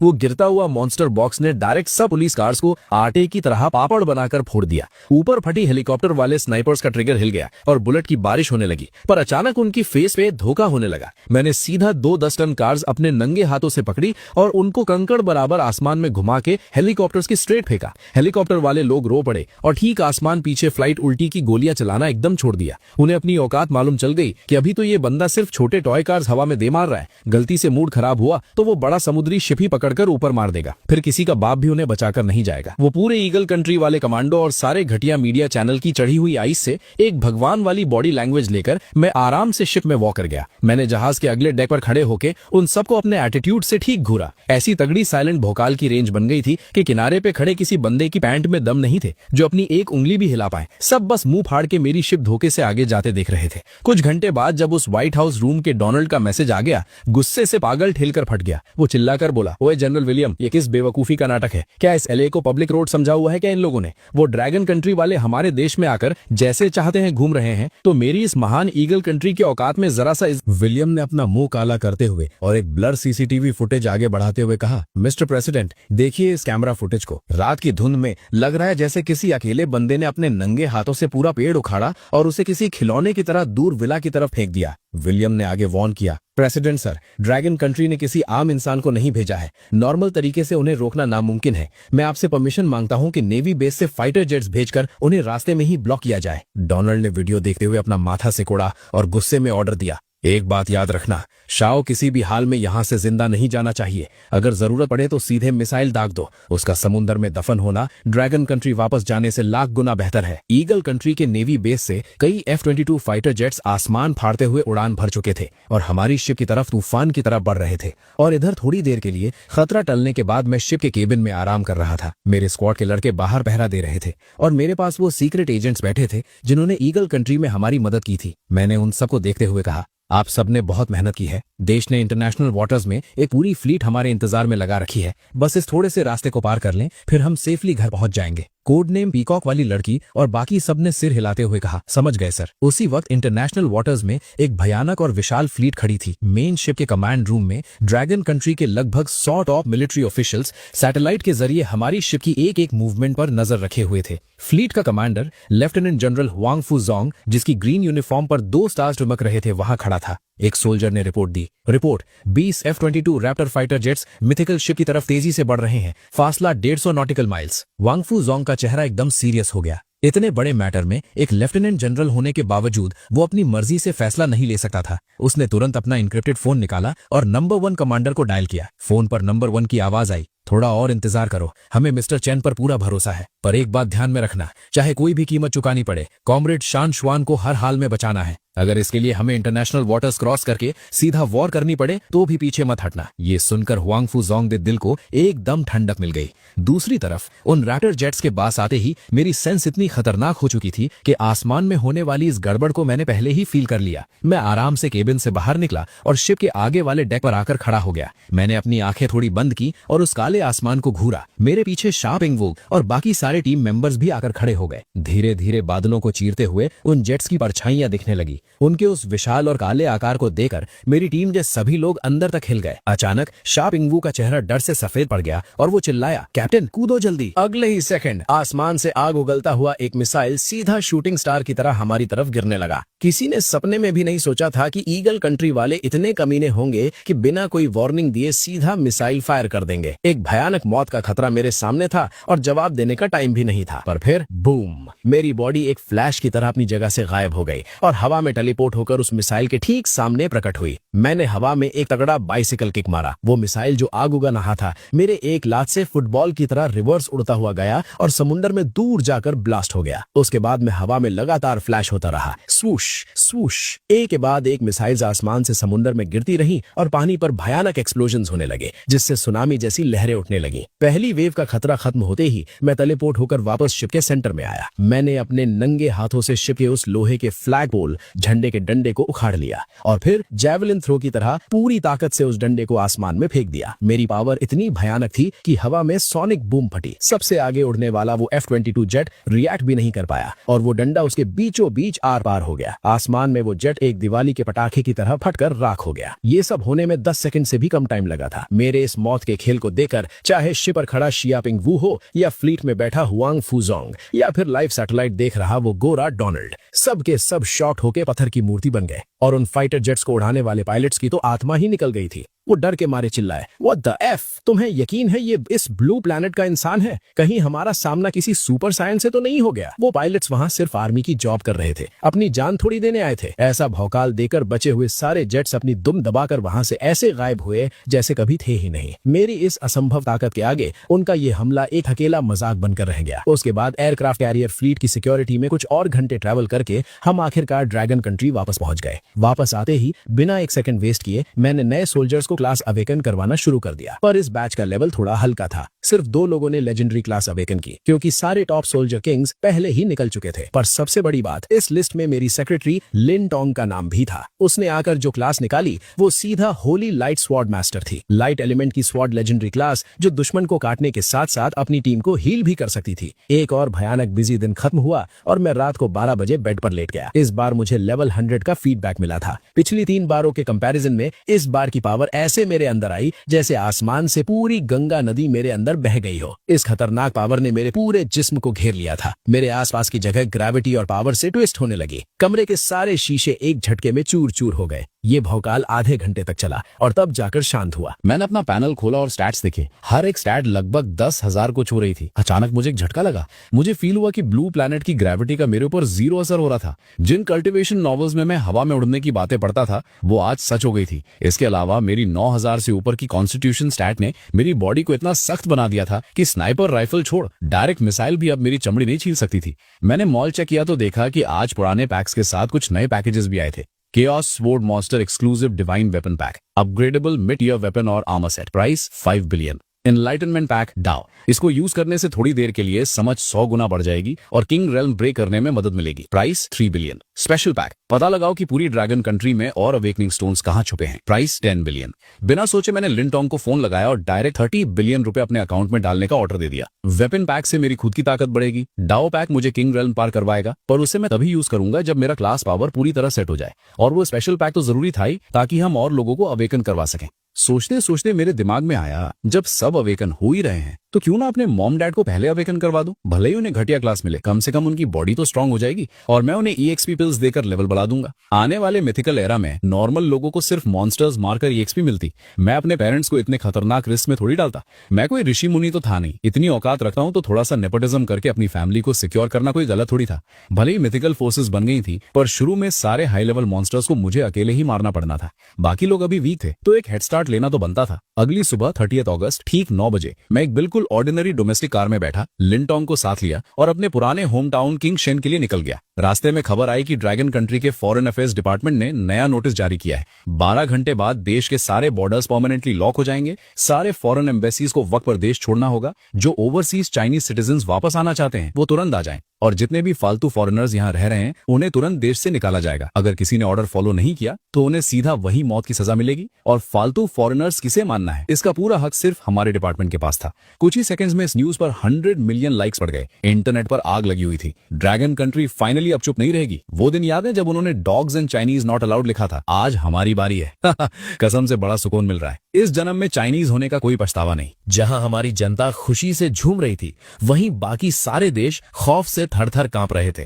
40 मिलियन लोगों को देश से निकालना तो छोटी बात थी, असली फट इसलिए रही थी क्योंकि अगर ड्रैगन कंट्री ने अपने दरवाजे बंद कर लिए तो ग्लोबल इकोनॉमी की पूरी चेन टूट जाएगी। कुछ देशों के लिए तो ये डायरेक्ट मौत थी, क्योंकि वो हमारे सस्ते सामान और मार्केट के बिना सर्वाइव ही नहीं कर सकते थे। वहां दंगे शुरू हो जाएंगे और उन्हें सबसे ज्यादा डर इस बात का था कि वो अब भी हमारी असल प्लानिंग का पता नहीं लगा पाए थे। उनके भेजे हुए सारे स्पाइस का नामो निशान मिट चुका था। सुबह 10 बजे कोई ऑप्शन न बचा देकर ईगल कंट्री और उनके चमचे देशों ने एक जॉइंट स्टेटमेंट देकर हमें धमकाया, पर हमारे फॉरेन अफेयर्स ने ऐसा थप्पड़ मारा कि सबकी बोलती बंद हो गई। हमारा नया रूल हमारी पूरी जनता का फाइनल डिसीजन है। हमें किसी दूसरे की फालतू एडवाइस नहीं चाहिए। अगर वॉर करनी है तो आ जाओ, हम तैयार हैं लड़ने के लिए। इस स्टेटमेंट ने उन गोरों की बोलती बंद कर दी। ये ड्रैगन कंट्री करना क्या चाहती है? पूरी दुनिया से दुश्मनी ले रही है। ये तो उनका पुराना स्टाइल बिल्कुल नहीं है। वहां ग्लोबल टेंशन आसमान फाड़ रही थी और यहां मैं अपनी सेक्रेटरी को घुमाता हुआ आराम से अपने घर पहुंच चुका था। अपनी बहू जैसी और थोड़ी बड़ी और मैच्योर लिन टोंग को देखकर मेरी माँ ये शिव की आंखें चमकने लगी। उसने आते ही उसका हाथ पकड़ लिया और उसे इतना प्यार दिया कि मुझे तो जैसे भूल ही गई हो। मेरे पिताजी चेन ल्यू जिन ने मेरे कंधे पर जोर से थपथपाया और खुशी से बोले, क्या बात है बेटे, मुझसे झूठ बोला कि तेरी कोई गर्लफ्रेंड नहीं है। मैंने दिमाग पकड़कर बोला, अरे ओल्ड चैन, शांति रखो, ये मेरी सेक्रेटरी है लिन टोंग।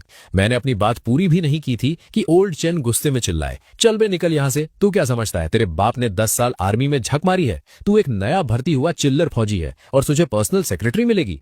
बोलते ही उन्होंने मेरे सिर पर एक तगड़ी थप्पड़ रसीद कर दी। सोफे पर बैठी लिन टोंग की तो फट गई। उसने पूरे ड्रैगन कंट्री में किसी की हिम्मत नहीं देखी थी जो मुझ पर हाथ उठा सके। मैंने थोड़ा पीछे हटकर कहा, ओल्ड चैन, अगर आप ऐसी बात कर रहे हो तो अब और सस्पेंस नहीं, लो मैं अपनी औकात बताता हूं। मैं चेन शुआन, अभी के वक्त में मिथिकल स्पेशल ब्यूरो का डायरेक्टर हूं। ये सुनते ही चेन ल्यूजिन ने अपनी 7 वुल्फ्स की चप्पल उतार ली और मुझे पीटने के लिए आगे बढ़े। मैंने तुरंत हाथ उठाकर उन्हें रोका और अगले ही सेकंड फुल बैटल गियर में लोडेड आर्मी के जवानों ने एक भारी पत्थर उठाकर ड्राइंग रूम में रखा। उन जवानों ने कड़क सल्यूट मारा और बोला, रिपोर्ट, टास्क पूरा हुआ, चीफ का क्या ऑर्डर है? मैंने कमांड दी, वापस अपनी पोस्ट पर जाओ और बाहर गार्ड करो। Yes sir. जब तक वो सोल्जर बाहर गए मेरे माँ बाप के होश उड़ चुके थे, खासकर मेरे बाप के, क्योंकि वो वेटरन थे और असली लोडेड वेपन्स को दूर से पहचान सकते थे। उन्हें पता चल गया था कि उनका बेटा कोई मजाक नहीं कर रहा है। उनकी शॉक्ड शक्ल देखकर मैं सीरियस हो गया। मैंने सीधा खड़े होकर एकदम सीरियस टोन में कहा, कॉमरेड चेन ल्यूजिन और कॉमरेड ये शिव, मैं जो आपको बताने जा रहा हूं वो ड्रैगन कंट्री का टॉप सीक्रेट है। इसे सिर्फ अपने दिमाग में लॉक करके रखना है। ये लीजिए, एनडीएस पर साइन कीजिए। मेरा ये अंदाज देकर उन दोनों बूढ़ों का थोड़ा दिमाग हिला, पर अपने बेटे पर पूरा भरोसा करते हुए उन्होंने साइन कर दिया। मैंने उन्हें बताया, 2 दिन बाद इस ब्लू प्लैनेट पर एक भयानक बदलाव आने वाला है। देश जो भी ऑर्डर दे बिना सोचे उसे फॉलो करना। मैं यहाँ इसलिए आया हूँ ताकि आप दोनों का पहले से क्लास अवेकन करवा सकूं। मैंने उन्हें पूरा सिस्टम, मॉन्स्टर्स और अवेकनिंग के बारे में समझाया। उन्हें थोड़ा कुछ समझ नहीं आया, पर उन्हें इतना समझ आ गया था कि इस पत्थर पर हाथ रखने से ताकत मिलती है। उसके बाद चेन ल्यूजन ने अपने भारी वेटरन वाले हाथ उस पत्थर पर रखे। बूम! 1 सेकंड के अंदर वहां से गजब का सुनहरा लाल रोशनी का पिलर निकला। मेरा खुद का दिमाग हिल गया। पहले ही दिन मेरे पिताजी ने सीधा मिथिक लेवल की क्लास अवेकन कर ली थी। पूरे देश में मेरे बाद वो दूसरे इंसान थे जिनकी औकात मिथिक थी। सच कहते हैं, बाप बाप होता है। इस वक्त ओल्ड चैन को फील हो रहा था कि उनके खून में अचानक एक तूफान चल रहा था और उनके दिमाग में अलग अलग मिस्टिकल बातें घूम रही थी। अपनी 50 साल की जिंदगी में उन्होंने ऐसा मैजिक पहली बार देखा था। रोशनी खत्म होते ही मैं तुरंत दौड़कर उनका हाथ पकड़कर चिल्लाया, ओल्ड चैन, कौन सी क्लास निकली है? चैन ल्यूजन ने दिमाग पढ़ते हुए अपने आप बोल दिया, मिथिक हिडन क्लास एन्चांटर। मैंने सोचते हुए कहा, एन्चांटर, मिथिक लाइफस्टाइल हिडन क्लास। ये किसी भी नॉन लिविंग आइटम पर जादू फूंकर उसे अपग्रेड कर सकती है। इसकी ताकत लेवल और मटेरियल की समझ पर डिपेंड करती है। मेरी आंखों में चमक आ गई। मैं सोच रहा था इनको आराम करने दूंगा, पर अब तो सीन पलट गया। देश के लिए एक मिथिक एन्चांटर भगवान से कम नहीं था। सोचो, अगर उन 34 स्टील सिटीज की दीवारों पर ये मैजिक कर दें या मेरे नए वेपन्स पर एन्चांट कर दे तो पूरे देश का लेवल बढ़ जाएगा। मैंने तुरंत उन्हें सोफे पर बैठाया और अपनी घबराई हुई माँ की तरफ देकर बोला, ओल्ड ये, अब आपकी बारी। यीशु ने थोड़ा डर डर के सांस ली और पत्थर पर हाथ रखा और बोली, मुझे भी करना पड़ेगा क्या? ठीक है। बूम! फिर से एक भयानक सुनहरा लाल पिलर ऑफ लाइट आसमान की तरफ शूट हुआ। एक कोने में बैठी स्ट्रिक्ट और ठंडी सेक्रेटरी लिन टोंग के मुंह से गाली निकल गई। होली शिट, ये फैमिली थोड़ी थी, ये तो मॉन्स्टर्स थे। तीनों बाप माँ बेटा मिथिक क्लास थे। कोई बाहर वाला देखता तो सोचता मैं डायरेक्टर होने का फायदा उठाकर सिस्टम को हैक कर रहा था। मैंने एक्साइटेड होकर फिर पूछा। माँ ने बताया, मिथिक हिडन क्लास एल्केमिस्ट। मैं कोई भी पिल और पोशन बना सकती हूँ और सारी रेसिपी ऑटोमेटिकली मेरे दिमाग में आ गई हैं। मेरा दिमाग तो खुशी से छत फाड़ने वाला था। मैं खुद सिस्टम से चीट करके मिथिक बना था, पर मेरे पेरेंट्स बिना किसी जुगाड़ के खुद मिथिक बन गए। एल्केमिस्ट अभी काम नहीं आएगी क्योंकि अर्ब्स आई नहीं थी, पर आने वाले टाइम में EXP पिल्स, हीलिंग आइटम्स, सब कुछ यही बनाएंगी। ये पूरी दुनिया में सबसे हाई डिमांड वाली जॉब थी। मैंने तुरंत अपनी जेब से X पिल्स निकाली और उन दोनों को ढेल दी। देखते ही देखते दोनों लेवल 40 हिट कर गए। लेवल अप होते ही उनकी बॉडी की पूरी रिपेयरिंग हो गई। ये शियो के चेहरे की झुर्रियां गायब, बाल काले और चमड़ी एकदम जवान लड़की जैसी हो गई। और ओल्ड ये जब शीशे के सामने गए तो एक आशिक की तरह हंसने लगे। कोई भी औरत जवान होने के लालच से नहीं बच सकती। मैं उन्हें देख रहा था, दोनों थोड़ा अकेले में रोमांस करने वाले थे। मैंने खांसी करके बोला, डायरेक्टर चैन, मैडम ये फोकस करो यहाँ। दोनों शर्म से लाल हो गए। मैंने हंसकर बोला, आप दोनों इतने सस्ते लोग हो, सिर्फ बाहर की चमड़ी से खुश हो गए। असली ताकत तो आत्मा में होती है। मेरे इस मजाक पर दोनों ने मेरा एक एक कान पकड़कर ऐसे खींचा जैसे मैं अभी भी उनका छोटा बच्चा हूं।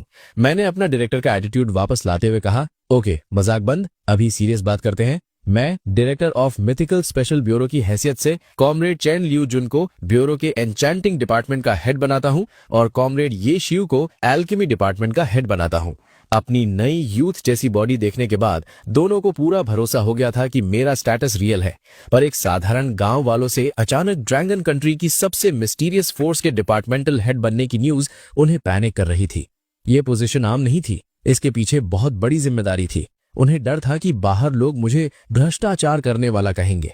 उनके डर को समझकर मैंने अपनी आवाज ऊंची की और कड़क आवाज में कहा, कॉमरेड्स, मैं यहाँ कोई डिस्कशन या एडवाइस नहीं कर रहा हूँ, ये मिलिट्री ऑर्डर है।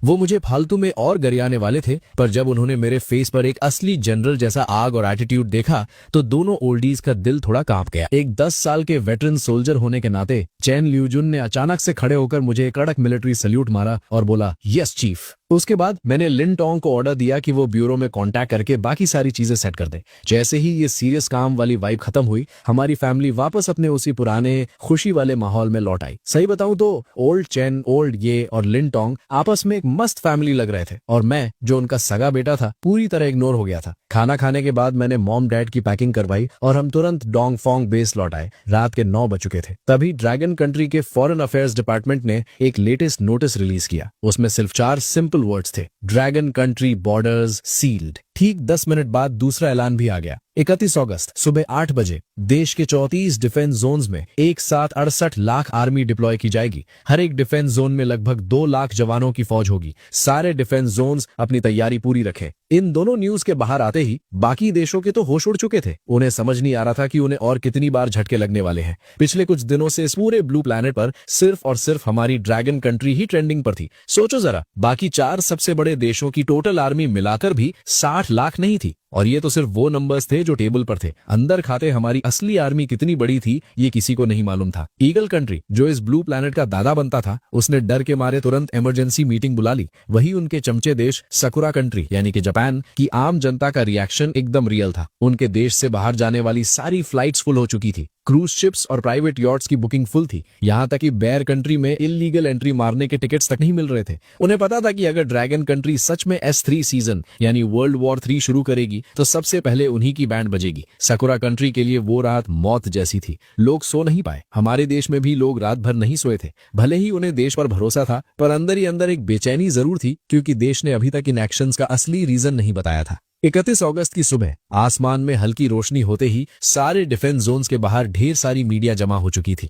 2 लाख की आर्मी का एक साथ एंट्री लेना, ये इतना बड़ा सीन था जिसे देखकर असली वॉर देखने वाले बूढ़ों के भी रोंगटे खड़े हो गए थे। अचानक दूर से एक भारी आवाज आने लगी, जिसकी वजह से जमीन कांपने लगी। फिर एक ऐसा नजारा दिखा जिसने सारे ड्रैगन कंट्री वालों का सीना चौड़ा कर दिया। रोड के बिल्कुल एंड से टाइप 99 मेन बैटल टैंक्स और आर्मर्ड व्हीकल्स की एक लंबी चेन डिफेंस जोन की तरफ धीरे धीरे आ रही थी। ये लाइन ऐसी थी कि जहां तक नजर जा रही थी कोई एंड नहीं दिख रहा था। आर्मी की एंट्री के अलावा आम जनता खुद अपना सामान और खाना जमा करके आर्मी कैंप्स में दे रही थी, जिसने इंटरनेट पर सबका दिल छू लिया। यही थी हमारी ड्रैगन कंट्री की असली ताकत। फौज का जनता से प्यार और जनता का फौज पर भरोसा। 1 सितंबर सुबह 9 बजे गवर्नमेंट ने एक फ्रेश ऑर्डर निकाला। 2 सितंबर को हर तरह का काम बंद रहेगा और पूरे देश में छुट्टी होगी। सारे सिटीजन्स अपने घरों के अंदर रहे, बाहर निकलने की गलती ना करें। कल सुबह 9 बजे मिथिकल स्पेशल ब्यूरो एक प्रेस कॉन्फ्रेंस करेगा, जिसमें सभी टॉप लीडर्स होंगे और साथ ही देश की सबसे secret force mythical special forces पहली बार पब्लिक के सामने अपनी पावर दिखाएगी। ये सुनते ही हमारे इंटरनेट यूजर्स और बाकी दुनिया का दिमाग चकरा गया।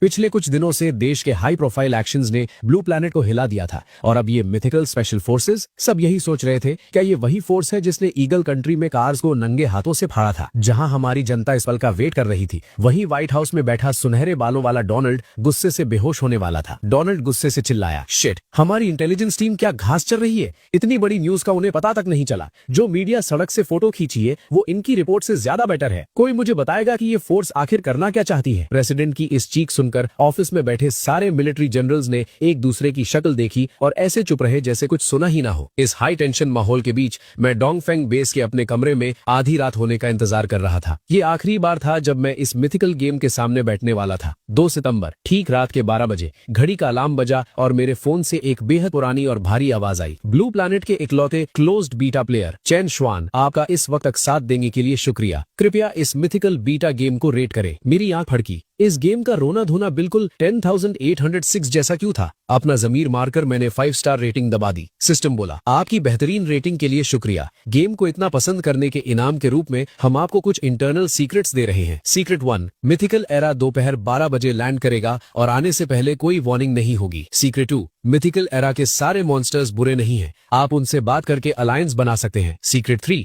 वहां सिर्फ मॉन्स्टर्स नहीं बल्कि हद से ज्यादा ताकतवर एलियन रेसेस भी हैं जो इंसानों को सिर्फ अपना खाना मानती हैं। सीक्रेट 4, पहले 1 महीने तक वो एलियन रेसेस यहाँ लैंड नहीं करेंगी, इसलिए जल्दी अपनी पावर बढ़ा लो। आखिरी लाइन बोलते ही गेम स्क्रीन पर बिजली चमकी, एक भारी फ्लैश आई और गेम हमेशा के लिए गायब हो गया। मैं हवा में हाथ मारकर चिल्लाया, अबे ये क्या है? मुझे और पैसे उड़ाने थे, मेरा लेवल अप कैसे होगा? पर फोन से कोई जवाब नहीं आया। उसके तुरंत बाद हवा अचानक जमने लगी और एक असंभव पावर हवा में से निकलकर तूफान की तरह मेरे जिस्म में घुसने लगी। मेरी बॉडी हवा में उड़ने लगी और मेरे अंदर से एक भयानक चमकती रोशनी निकलने लगी। इस पावर की वेव इतनी तगड़ी थी कि मेरे कमरे का सारा फर्नीचर राख बन गया। बगल वाले कमरे फट गए, धूल और पत्थर उड़ने लगे। स्पेशल लोहे से बना अंडरग्राउंड बेस भी इस झटके से गिरने वाला हो गया था। किस्मत अच्छी थी कि बाकी लोग दूर थे तो किसी की जान नहीं गई। इतना बड़ा बवाल हुआ तो सब भागते हुए आए। सबसे पहले मिथिकल स्पेशल फोर्सेस के लोग पहुंचे। जैसे ही वो पास आए, उन्हें लगा जैसे किसी ने उनके ऊपर एक बड़ा पहाड़ रख दिया हो। लेवल 50 होने के बावजूद वो उस पावर के आगे पतों की तरह कांप रहे थे। एक सोल्जर शौक से चिल्लाया, वो डायरेक्टर का कमरा है, क्या डायरेक्टर अवेकन कर रहे हैं? दूसरा डर के बोला, हे भगवान, ये पावर सच में बहुत भयानक है। सारे जवान आंखें फाड़े उस कमरे को देख रहे थे। तभी भागते हुए लिन जानिए वहां पहुंचे। उन्होंने हालत देखते ही चिल्लाकर ऑर्डर दिया, सारे स्पेशल फोर्सेस मेंबर्स चारों तरफ फैल जाओ और एक डिफेंसिव एरे बनाओ। अगर ये पावर और फैली तो पूरा बेस हमारे ऊपर गिर जाएगा। सारे मेंबर्स ने एक साथ कहा, यस सर, और अपनी पावर लगाकर एक बड़ा एनर्जी का घेरा बना दिया जिससे मलबा कवर हो गया। ये देखकर लिन जानिए ने राहत की सांस ली। उन्होंने बगल में खड़ी लिन टोंग से पूछा, शियाओ टोंग, सच बताना, अगर तुम डायरेक्टर के साथ आमने सामने लड़ी तो कितने अटैक्स झेलोगी? लिन टोंग के चेहरे पर एक कड़वी स्माइल आई और वो बोली, आप मेरी औकात कुछ ज्यादा ही बड़ी समझ रहे हैं। डायरेक्टर जिस लेवल की पावर अभी छोड़ रहे हैं, अगर हमारी पूरी मिथिकल स्पेशल फोर्सेस भी एक साथ लड़ ले तो वो बिना अपने दोनों हाथ उठाए हम सबको हरा देंगे। वहीं उस टूटे मलबे के बीच मैं एक सुनहरी रोशनी में लिपटा हुआ था। स्वॉर्ड डाओ की हजारों सीक्रेट बातें मेरे दिमाग में भर रही थी। एक भयानक पावर मेरी हड्डियों और मसल्स को ब्रेक करके उन्हें लाख गुना स्ट्रांग बना रही थी। और फिर मेरे खरीदे हुए डिवाइन वेपन सेट हवा में प्रकट हुए और खुद मेरी बॉडी पर पहने गए। बूम! एक भयानक आवाज हुई और मैं मलबे से निकलकर हवा में फ्लोट करने लगा। ये देखकर वहां खड़े सभी लोग फ्रीज हो गए। लिन जानिए के पास खड़ी लिन टोंग की आंखों में चमक आ गई और उसका दिल जोर जोर से धड़क रहा था। हवा में उड़ते हुए मुझे देखकर वो पूरी तरह फिदा हो चुकी थी। एक खतरनाक चमकती हुई सुनहरी बैटल आर्मर मेरे जिस्म पर थी। एक लंबा सुनहरा ड्रैगन तलवार मेरे आसपास घूम रहा था और मेरे पीछे हजारों स्वॉर्ड्स की परछाई बन रही थी। इस पल मैं बिल्कुल किसी स्वॉर्ड इमॉर्टल जैसा लग रहा था। उन सब के हैरान चेहरों को देखकर मैंने अपनी एनर्जी कंट्रोल की और आराम से लिन जानिए और लिन टोंग के पास उतरा। मैंने सिर खुजाते हुए थोड़ा नर्वस होकर पूछा, अरे मैं थोड़ा आउट ऑफ कंट्रोल हो गया था, ये जो टूट गया है इसका फाइन देना पड़ेगा क्या? मेरी इस लाइन को सुनते ही लिन टोंग की हंसी छूट गई और उसने थूक दिया। बाकी सारे स्पेशल फोर्सेस वाले भी हंसने लगे। इस हंसी मजाक को देखकर कोई नहीं कह सकता था कि कल दुनिया तबाह होने वाली है। थोड़ी देर बाद सब लोग मुझे ट्रेनिंग हॉल की तरफ ले गए। मैं स्टेज पर खड़ा हुआ और उन जवानों को देखा। मैंने ऐलान किया, मैं आज इस फोर्स के अंदर एक नई इली टीम बना रहा हूं जिसका कोड नेम होगा चिकशाओ यानी रेड हेवेंस। इसमें स्यापिंग वू और बाकी 68 लेजेंडरी क्लास वाले मेंबर्स शामिल होंगे। ये चिकशाओ टीम सबसे इलीट होगी जिसका काम इमरजेंसीज और सीधा कैपिटल सिटी को प्रोटेक्ट करना होगा। बाकी सारे मेंबर्स कल प्रेस कॉन्फ्रेंस के बाद 34 ग्रुप्स में डिवाइड होंगे और अलग अलग डिफेंस जोन्स में जाएंगे। सारे जवानों ने एक साथ चिल्लाकर जवाब दिया, यस सर। उनकी आवाज पूरे हॉल में गूंज गई। किसी को कोई डाउट नहीं था। उनकी आंखों में सिर्फ आग थी क्योंकि मैं उनके लिए एक भगवान बन चुका था। उस रात कोई नहीं सोया। सब कल की तैयारी कर रहे थे जिसमें मैं भी शामिल था। इस बार मैं खुद कैपिटल कमांड सेंटर में बैठकर सारी प्लानिंग संभाल रहा था। हालांकि मैं अंदर से किंग रेल्म में ब्रेक थ्रू करने के लिए मचल रहा था, पर वक्त नहीं था। मिथिकल एरा आने पर देश की मेरी जरूरत थी। मैं छिपकर कल्टीवेशन नहीं कर सकता था। सुबह 5:30 पर तैयारी पूरी हुई। मेरा ऑर्डर मिलते ही 1800 अवेकेंड सोल्जर्स एक लाइन में चलते हुए कैपिटल आने वाले ट्रांसपोर्ट पर चढ़ गए।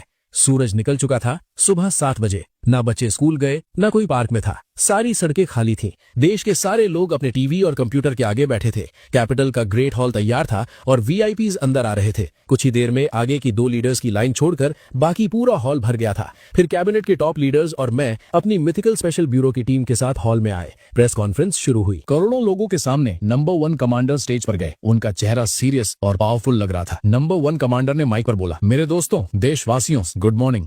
आपने सुना होगा कि हमने कई नए रूल्स लगाए हैं। पहले तो मैं पूरे देश को थैंक यू बोलना चाहता हूं कि आपने इस काम में हमारा साथ दिया। नीचे बैठे सभी लोगों ने जोरदार तालियां बजाई। नंबर 1 कमांडर ने हाथ से इशारा करके सबको शांत किया। उन्होंने आगे कहा, ड्रैगन कंट्री और पूरा ब्लू प्लैनेट एक ऐसी आफत का सामना करने वाला है जो पहले कभी नहीं आई, पर हमारी तैयारी पूरी है। मैं चाहता हूं कि कुछ भी हो जाए, आप लोग डरे नहीं। अपने देश पर, गवर्नमेंट पर, आर्मी पर भरोसा रखें। हमारी ड्रैगन कंट्री 5000 साल से खड़ी है। हमने सब देखा है और इस बार भी हम जीतेंगे। ये सुनकर पूरे हॉल के लोग खड़े हो गए और तालियां बजाने लगे। नंबर 1 कमांडर ने फिर अनाउंस किया, अब मैं ड्रैगन कंट्री के मिथिकल स्पेशल ब्यूरो के डायरेक्टर कॉमरेड चेन श्वान को बुलाना चाहूंगा कि वो आकर आपसे 2 बातें करें। नंबर 1 कमांडर स्टेज से उतरते वक्त मुझे एक सपोर्ट वाली स्माइल दे गए। मेरा दिल जोर से धड़क रहा था। मैंने पावर गेन कर ली थी और 7 दिन से डायरेक्टर था, पर इतने बड़े लेवल पर लाइव आना अलग बात थी। मैंने लंबी सांस ली और अपनी कॉम्बैट यूनिफॉर्म में स्टेज पर गया। ये मेरा पहला पब्लिक अपीयरेंस था। मेरी फिट बॉडी को देखकर टीवी के आगे बैठी लड़कियां पागल हो गईं। एक लड़की चिल्लाई, oh my God, mythical special bureau का डायरेक्टर इतना जवान है, इतना हैंडसम है कि मैं फिदा हो गई। मन कर रहा है उसके 8 बच्चे पैदा करूं। स्टेज पर खड़े होकर मैं रिस्पेक्ट के साथ एक भारी जिम्मेदारी फील कर रहा था। मैंने सीधा माइक में देखा और बोला, दोस्तों नमस्कार, मैं मिथिकल स्पेशल ब्यूरो का डायरेक्टर चेन श्वान हूं। आप में से ज्यादा लोग मुझे पहली बार देख रहे हैं,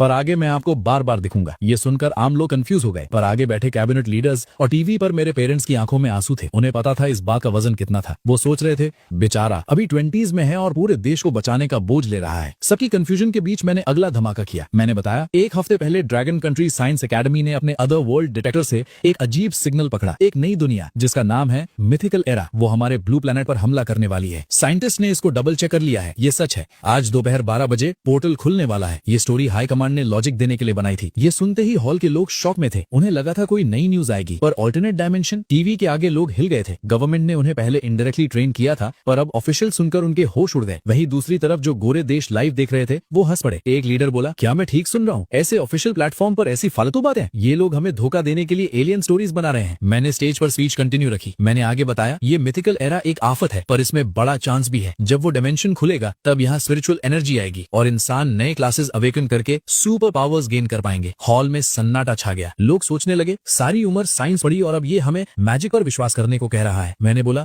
मुझे पता है आपको यकीन नहीं हो रहा होगा, पर आपने देखा है हमारी तैयारी। अब मैं आपसे कहूंगा कि टिएनएमएन स्क्वायर की तरफ चलिए, ताकि आप हमारी सबसे स्ट्रॉन्ग मिथिकल स्पेशल फोर्सेस को देख सके। और हाँ, इस फोर्स का हर एक मेंबर फुली अवेकेंड है। ये बोलकर मैं स्टेज से पीछे गया और अपनी आर्मर पहनने लगा। हॉल के लोगों का दिमाग सुन्न था। मेरा आखिरी सेंटेंस इंटरनेट पर आग लगा चुका था। एक यूजर ने लिखा, मेरे पास डिग्री तो नहीं है, तो मैं बस एक ही वर्ड बोलूंगा, holy shit, dragon country OP.